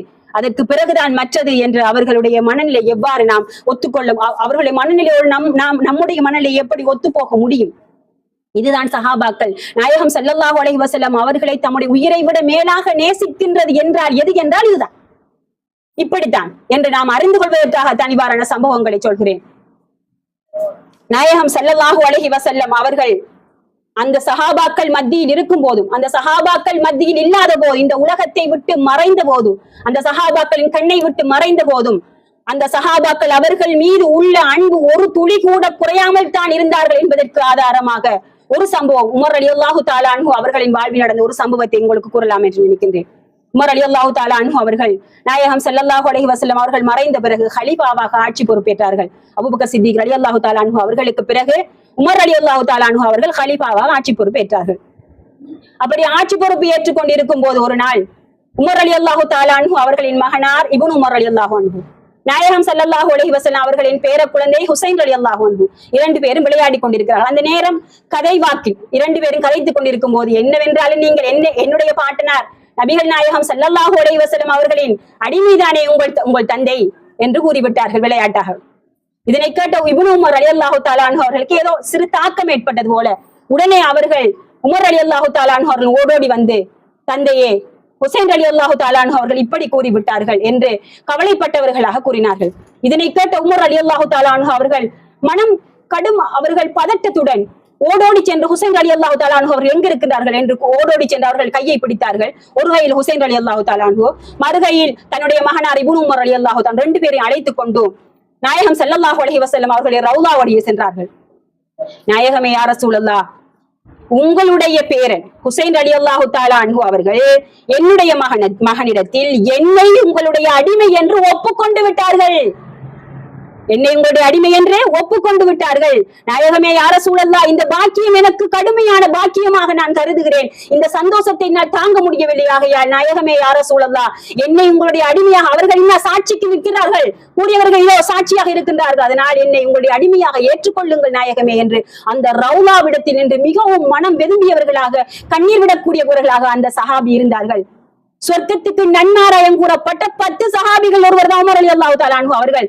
சொர்க்கம் இப்படியான ஒரு தகுதி பெற்றவர்களாக இருந்தாலும் நாயகம் ஸல்லல்லாஹு அலைஹி வஸல்லம் அவர்களின் மறைவுக்கு பிறகும் தன்னை நாயகம் ஸல்லல்லாஹு அலைஹி வஸல்லம் அவர்களின் அடிமை என்பதில் அவர்கள் பெருமைப்படக்கூடியவர்களாகத்தான் இருந்தார்களே தவிர அதனை அவர்கள் கேவலமாக பார்த்ததில்லை என்பதுதான் இதன் யதார்த்தம். அவர்கள் ஹலீஃபா, அந்த நேரம் ஆட்சியின் அரசராக இருந்தவர்கள். அந்த அரசராக அவர்கள் இருந்தாலும் அந்த அரசர் என்ற தகுதியை தலைமேல் வைக்காது. அது பதவி, அது பட்டம். ஆனால் நாயகம் ஸல்லல்லாஹு அலைஹி வஸல்லம் அடிமை, அவர்களின் அடிமை என்பது நாம் இந்த உலகத்தில் சுமக்கக்கூடிய மிகப்பெரிய பட்டம் என்பதை அவர்கள் உணர்ந்துதான் அந்த தருணத்தில் அவர்களுடைய செயல் அதனை காட்டுகின்றது. இப்படித்தான் அந்த சஹாபாக்கள் நாயகம் ஸல்லல்லாஹு அலைஹி வஸல்லம் அவர்கள் மீதான ஹுப்பை நிலைநாட்டினார்கள். அவர்கள் மீதான அன்பை அவர்கள் வெளிப்படுத்தினார்கள். அந்த அன்பில் அவர்கள் திளைத்து போனார்கள். போருக்கு போவோம் என்று நாயகம் ஸல்லல்லாஹு அலைஹி வஸல்லம் அவர்கள் கூப்பிட்டால் சஹாபாக்கள் சொல்வார்கள், நாயகமே யா ரசூலல்லாஹ், போருக்கா உங்கள் முன்னிடத்தில் ஒரு கடல் இருந்து அந்த கடலில் குதியுங்கள் என்று நீங்கள் கூறினால் எந்த தாமதமும் இன்றி, எந்த யோசனையும் இன்றி நாங்கள் இந்த கடலில் குதிப்போம் நாயகமே என்று சொன்னவர்கள் தான் அந்த சஹாபாக்கள். அப்படித்தான் அவர்களின் உயிர்கள் இருந்தன. உஹது யுத்த களத்தில் நாயகம் ஸல்லல்லாஹு அலைஹி வஸல்லம் அவர்களுக்கு எதிரிகள் தாக்குகின்றார்கள் என்பதை கேள்விப்பட்ட பெண்கள் ஓடோடி வாரார்கள். அது நசீபா ரலியல்லாஹு தஆலா அன்ஹா என்கிற ஒரு பெண்மணி. அவர்கள் நாயகம் ஸல்லல்லாஹு அலைஹி வஸல்லம் அவர்களுக்கு முன்னால் தன்னுடைய உடம்பை கேடயமாக பயன்படுத்தி ஒரு அம்பு, எதிரிகளில் இருந்து வரும் ஒரு அம்பு கூட என்னுடைய நாயகம் ஸல்லல்லாஹு அலைஹி வஸல்லம் அவர்களை தாக்க கூடாது என்பதற்காக தன்னுடைய உடலை கேடயமாக பயன்படுத்தினார்கள். 12 துளைகள் அவர்களுடைய உடம்பில் இருந்தன. ஒன்றில்லை, 2 இல்லை, 12 துளைகள். அதே போல் துஜானா ரலியல்லாஹு தஆலா அன்ஹு என்கிற சஹாபி, அவர்கள் தன்னுடைய முதுகை கேடயமாக பயன்படுத்தினார்கள். அதே யுத்தத்தில் முள்ளம் பன்றி போல் அவர்களின் முதுகில் அம்புகள் குத்திக் கொண்டிருந்தன என்று அதை கண்ணுற்ற சஹாபாக்கள் கூறுகிறார்கள். நசீபா ரலியல்லாஹு தஆலா அன்ஹா அவர்களை பற்றி நாயகம் ஸல்லல்லாஹு அலைஹி வஸல்லம் அவர்கள் கூறும்போது பின்காலத்தில் அந்த யுத்த களத்தில் நான் எங்கு திரும்பினாலும் அந்த நசீபா ரலியல்லாஹு தஆலா அன்ஹா அவர்களே என்னை தாங்குவர்களாக இருந்தார்கள் என்று நாயகம் ஸல்லல்லாஹு அலைஹி வஸல்லம் அவர்கள் கூறுகிறார்கள். அதே போர்க்களத்தில் ஒரு பெண்மணி கேள்விப்படுகிறார்கள், நாயகம் ஸல்லல்லாஹு அலைஹி வஸல்லம் அவர்கள் ஆபத்தில் இருக்கிறார்கள் என்று கேள்விப்படுகிறார்கள். ஒருவர் ஓடி வந்து சொல்கிறார், உங்களுடைய தந்தை மரணித்து விட்டார், தந்தை ஷஹீதாகிவிட்டார். அதை அவர்கள் கணக்கில் இருக்கவில்லை. அடுத்ததாக ஓடி வந்து ஒருவர் சொல்கிறார், உங்களுடைய கணவர் ஷஹீதாகிவிட்டார். என்னுடைய நாயகத்தின் நிலை என்ன? அது இருக்கட்டும், என்னுடைய நாயகத்தின் நிலை என்ன என்று கேட்டார்கள். உடனே மற்றொரு ஓடி வந்து சொல்கிறார், உங்களுடைய சகோதரர் ஷஹீதாகிவிட்டார். அதெல்லாம் இருக்கட்டும், நாயகம் ஸல்லல்லாஹு அலைஹி வஸல்லம் அவர்கள் எப்படி இருக்கிறார்கள் என்று கேட்டார்கள். நாயகம் ஸல்லல்லாஹு அலைஹி வஸல்லம் அவர்கள் நலமாக இருக்கிறார்கள் என்ற செய்தி கேட்டு அவர்கள் மிகவும் சந்தோஷப்படக்கூடியவராக இருந்தார்கள். இந்த உலகத்தில் எவ்வாறுதான் எவ்வளவு துக்கம் வந்தாலும் அந்த நாயகம் ஸல்லல்லாஹு அலைஹி வஸல்லம் என்ற அந்த இன்பத்தின் முன்னால் அவர்களின் அத்தனை துக்கமும் சுக்கு நூறாகி பொடியாகி போகின்றன. இதுதான் அந்த சஹாபாக்கள். இப்படித்தான் அவர்கள் வாழ்க்கை இருந்தது. ஸைத் ரலியல்லாஹு தஆலா அன்ஹு அவர்களை அபூ சுஃபியான் அவர் இஸ்லாத்தை ஏற்பதற்கு முன்னால் சிறைப்பிடிக்கின்றார். உன்னை கொலை செய்ய போகிறேன், இந்த இடத்தில் உனக்கு பதிலாக நாயகம் ஸல்லல்லாஹு அலைஹி வஸல்லம் அவர்கள் இருந்து நீ உன்னுடைய குடும்பத்துடன் சந்தோஷமாக இந்த நேரம் வீட்டில் இருப்பதை நீ விரும்புகிறாயா என்று அவ்விடத்தில் அவர் கேள்வி கேட்டார். அதுக்கு ஸைத் ரலியல்லாஹு தஆலா அன்ஹு அவர்கள் சிரித்துவிட்டு சொன்னார்கள், நான் இந்த இடத்தில் இல்லாமல் என்னுடைய நாயகம் ஸல்லல்லாஹு அலைஹி வஸல்லம் அவர்கள் இவ்விடத்தில் இருந்து நான் சந்தோஷமாக எனது வீட்டில் இருப்பதை விட இருக்கும்போது என்னுடைய நாயகம் ஸல்லல்லாஹு அலைஹி வஸல்லம் அவர்கள் மீது ஒரு முள் குத்துவதை கூட நான் விரும்ப மாட்டேன் என்று அவ்விடத்தில் அவர்கள் பதிலளித்தார்கள் என்றால் அந்த எதிரிகளுக்கு கூட அது மிகவும் கசப்பான உண்மையாக இருந்தது. ஆனால் அவர்கள் அதை ஏற்றுக்கொண்டே ஆக வேண்டும். ஒருவர் ஒரு தூதராக வெளியூரில் இருந்து ஒரு தூதுவராக வருகிறார். அவர் அந்த மன்னர்களிடத்தில் போய் சொல்கிறார், நான் நிறைய மன்னர்களிடம், பாரசீக மன்னர்களிடம் போயிருக்கிறேன், கிரேக்க மன்னர்களிடம் போயிருக்கிறேன், நிறைய மன்னர்களின் சபையில் தூதுவராக போயிருக்கிறேன். ஆனால் இந்த நாயகம் ஸல்லல்லாஹு அலைஹி வஸல்லம் அவர்களிடம் சபையில் செல்லும் போது பார்த்தேன், அந்த சஹாபாக்கள் போல், அந்த சஹாபாக்களுக்கும் அந்த நாயகம் ஸல்லல்லாஹு அலைஹி வஸல்லம் அவர்களுக்கும் இருக்கும் ஒரு உறவு போல, ஒரு தன்மை போல, ஒரு பாச பிணைப்பை போல நான் இதுவரைக்கும் எங்குமே கண்டதில்லை. இந்த உலகம் பூராக சுட்டி இருக்கிறேன் என்ன என்று கேட்கும் போது அவர்கள் சொன்னார்கள், அந்த நாயகம் ஸல்லல்லாஹு அலைஹி வஸல்லம் அவர்களின் வாயிலிருந்து உமிழ்நீர் ஒரு துளி கூட இந்த நிலத்தில் விழுவதை அந்த சஹாபாக்கள் அனுமதிக்கவில்லை. அவற்றில் தமது உடம்பில் தேய்த்துக் கொண்டார்கள். அதனுடைய பெருமதியை அவர்கள் உணர்ந்திருந்தார்கள். இப்படிப்பட்ட உறவு, இப்படிப்பட்ட அந்த அன்பு பிணைப்பை நான் இந்த உலகத்தில் எங்குமே கண்டதில்லை என்று அந்த சஹாபிகளை பற்றி அந்த தூதுவர் சொல்கிறார். அப்படி என்றால் இந்த உலகத்தில் அந்த சஹாபாக்கள் நாயகம் என்றால் என்ன, அந்த நாயகத்தை எவ்வாறு ஈமான் கொள்ள வேண்டும், அந்த நாயகத்தை ஈமான் கொள்வதற்கு அடிப்படை மஹப்பத் நேசம் தான் என்பதை அவர்கள் அவ்விடத்தில் உணர்ந்திருந்தார்கள். நாயகம் ஸல்லல்லாஹு அலைஹி வஸல்லம் அந்த சஹாபாக்கள் இஸ்லாத்தை வாருங்கள், இஸ்லாத்துக்கு வாருங்கள் என்று பணம் கொடுத்தார்களா, இல்லை வசதியான வீடு கட்டி கொடுத்தார்களா? இல்லை. நாயகம் ஸல்லல்லாஹு அலைஹி வஸல்லம் அவர்களுடன் இணைந்து அவர்களும் அவர்களுடைய வறுமையை சுமந்தார்கள். ஒரு முறை பட்டினி வந்தது, வறுமை வந்தது. சஹாபாக்கள் வயிற்றில் கல்லை கட்டி கொண்டு நாயகம் ஸல்லல்லாஹு அலைஹி வஸல்லம் அவர்களுக்காக உழைத்தார்கள் என்று வருகிறது. அப்படி என்றால் நாயகம் ஸல்லல்லாஹு அலைஹி வஸல்லம் அவர்களுக்கு கொடுத்தது என்ன? அன்பு. அந்த அன்பு வழி கொண்டு இந்த இஸ்லாத்தை அவர்கள் விதைத்ததன் காரணமாக தான் இன்று வரை இந்த இஸ்லாம் 1400 நூற்றாண்டுகள் கடந்தும் இந்த இஸ்லாம் இன்று நிலை பெற்றுக் கொண்டிருக்கிறது. எதிர்காலத்திலும் கியாமத் நாள் வரை நிலை பெற்றுக் கொண்டிருக்கும். எனவே இந்த மார்க்கம் இதை பற்றி அல்லாஹ் குர்ஆனிலே கூறும் போது இந்த மார்க்கம் என்பது எவ்வாறு சொன்னால், நாயகம் ஸல்லல்லாஹு அலைஹி வஸல்லம் அவர்களுக்கு அல்லாஹ் கூறுகிறான், நாயகமே யா ரசூலல்லாஹ், குல் நீங்கள் கூறுங்கள், இன் குன்தும் துஹிப்பூன் அல்லாஹ், நீங்கள் அந்த மக்களுக்கு கூறுங்கள், இன் குன்தும் துஹிப்பூன் அல்லாஹ், அல்லாஹ்வை நீங்கள் அன்பு கொள்பவர்களாக இருந்தால் என்னை பின்பற்றுங்கள். யாரு? நாயகம் ஸல்லல்லாஹு அலைஹி வஸல்லம் அவர்களை பின்பற்றுங்கள் என்று அல்லாஹ் கூறுகிறான். அப்படி நீங்கள் செய்வீர்களானால் அல்லாஹ் உங்களை நேசிப்பான். நீங்க அல்லாஹ்வை நேசிக்கணும், அல்லாஹ் டைரக்டா போக இயலாது. நீங்கள் என்னை பின்பற்றுங்கள், அப்போது அல்லாஹ் உங்களை நேசிப்பான் என்று அல்லாஹ் குர்ஆனிலே கூறுகிறான். அல்லாஹ் உங்களை நேசிப்பான், அத்தோடு உங்களுடைய பாவங்களையும் மன்னிப்பான். அப்ப நம்மளுக்கு எமக்கும் அல்லாஹுக்கும் இடையில திரையாக நாயகம் ஸல்லல்லாஹு அலைஹி வஸல்லம் என்ற யதார்த்தம் இருக்கிறது என்பதை நாம் அனைவரும் உணர்ந்து கொள்ள வேண்டும். ஒரு அமலாக இருக்கட்டும், ஒரு செயலாக இருக்கட்டும், அதற்கு உயிராக நாயகம் என்ற அந்த உயிர் இல்லாமல் இந்த உலகத்தில் நாம் வாழ முடியாது, மூமினாக முடியாது. அதனால் தாய்மார்கள் இருக்கின்றோம், சகோதரர்கள் இருக்கின்றோம், எதிர்கால தாய்மார்கள் இருக்கின்றோம். நாம் நம்முடைய வாழ்நாளில் எதை நாம் பெற்றுக்கொள்ள வேண்டும், எதை நம்முடைய சந்ததிகளுக்கு கொடுக்க வேண்டும் என்பதை உணரக்கூடியவர்களாக இருக்க வேண்டும். முதலாவது நம்முடைய குழந்தைகளுக்கு நாம் கொடுக்க வேண்டியது நாயகம் ஸல்லல்லாஹு அலைஹி வஸல்லம் என்றால் யார், அவர்கள் மீது எவ்வாறு நேசம் கொள்ள வேண்டும் என்பதைத்தான் நமது குழந்தைகளுக்கு முதலாவதாக கற்றுக்கொள்ள வேண்டும். ஒரு சிறுவன் வந்தான், சிறுவனிடம் நான் கேட்டேன், நாயகம் ஸல்லல்லாஹு அலைஹி வஸல்லம் அவர்களின் தாயார் பெயர் என்ன என்று கேட்டேன். அவன் சிரித்து விட்டு சொன்னான், ஹதீஜா ரலியல்லாஹு அன்ஹா என்று. நம்முடைய குழந்தைகளின் இஸ்லாத்தின் நிலை, நாயகம் ஸல்லல்லாஹு அலைஹி வஸல்லம் அவர்களை பற்றிய அறிவு இன்று இவ்வாறு தான் இருக்கின்றது. ஒரு கேவலம் நாயகம் ஸல்லல்லாஹு அலைஹி வஸல்லம் அவர்களின் தாயார் என்ன என்ற ஒரு சிறு கேள்விக்கு அந்த குழந்தையால் பதிலளிக்க முடியவில்லை என்றால் அந்த குழந்தையின் தாயின் வளர்ப்பு எவ்வாறு உள்ளது, இஸ்லாத்தின் நிலை இன்று எவ்வாறு உள்ளது என்பதை நாம் வெட்கப்பட வேண்டும், கூச்சப்பட வேண்டும். இது வெட்கப்பட வேண்டிய விஷயம் இல்லையா? நாயகம் ஸல்லல்லாஹு அலைஹி நம்முடைய குழந்தைகளை பொறுத்த வரைக்கும் கல்வி இரண்டாம் பட்சம். முதலாவது நாயகம் ஸல்லல்லாஹு அலைஹி வஸல்லம் என்ற அந்த அவர்கள் மீதான இரக்கத்தை, மஹப்பத்தை முதலாவது நம்முடைய குழந்தைகள் பதிக்க வேண்டும். தற்போது குர்ஆன் மதரசா பிள்ளைகள் மத்தியில் ஸலவாத்துகளை நாம் இப்போது சொல்ற காரணம் என்ன? அந்த நாயகம் ஸல்லல்லாஹு அலைஹி வஸல்லம் அவர்கள் மீதான ஸலவாத்து தான் அந்த குழந்தையின் கல்வை உயிர் பெற வைக்கும். அவ்வாறு உயிர் பெற்றால் கல்வி என்ன எல்லாமே அந்த பிள்ளையின் அந்த கல்வியில் பதிந்து விடும். முதலாவது நாயகம் ஸல்லல்லாஹு அலைஹி வஸல்லம் அவர்களின் மஹப்பத்தை தான் நாம் இந்த குழந்தைகளின் மனதில் பதிக்க வேண்டும். நாம் முதலில் பதிக்க வேண்டும், அதன் பிறகுதான் அந்த பிள்ளைகள் நாம் பதிக்க முடியும். அதனால் இன்ஷா அல்லாஹ் எதிர்காலத்தில் நாம் நம்முடைய கடந்த காலங்களை விட்டுவிட்டு நம்முடைய நாயகம் ஸல்லல்லாஹு அலைஹி வஸல்லம் நமக்காக இந்த உலகத்தில் வந்தார்கள். நமக்காக இன்று வரை நாயகம் ஸல்லல்லாஹு அலைஹி வஸல்லம் அவர்கள் மறுமையில் நமக்கு ஷஃபாத் செய்யக்கூடியவர்களாக இருக்கின்றார்கள். யா உம்மத்தி, எல்லா நபிமார்களும் யா நப்சி யா நப்சி என்று கதரும் போது, எல்லா மனிதர்களும் நபிமார்கள் யா நப்சி என்று கூறும் போது நம்முடைய நாயகம் ஸல்லல்லாஹு அலைஹி வஸல்லம் யா உம்மத்தி, என்னுடைய உம்மத்தே என்பவர்களாகத்தான் இருப்பார்களாம். அப்படி என்றால் எம்மைத்தான் அவர்கள் முதலிடத்தில் வைத்திருக்கிறார்கள். அப்படிப்பட்ட நாயகம் ஸல்லல்லாஹு அலைஹி வஸல்லம் அவர்கள் மீதான நேசத்தை நம்முடைய மனதில் எடுத்து நம்முடைய எதிர்கால சந்ததியினருக்கும் அதை கொடுத்து நம்முடைய இஸ்லாம் மார்க்கம் எதிர்காலத்தில் நிலைத்திருக்க நம்முடைய ஈமான் அந்த நாயகத்தை கொண்டு துளிர் பெற நாம் அனைவரும் முயற்சி செய்வோமாக, துஆ செய்வோமாக என கேட்டு எனது சிறு உரையை முடிக்கின்றேன். அஸ்ஸலாமு அலைக்கும் வரஹ்மத்துல்லாஹி வபரகாத்துஹு.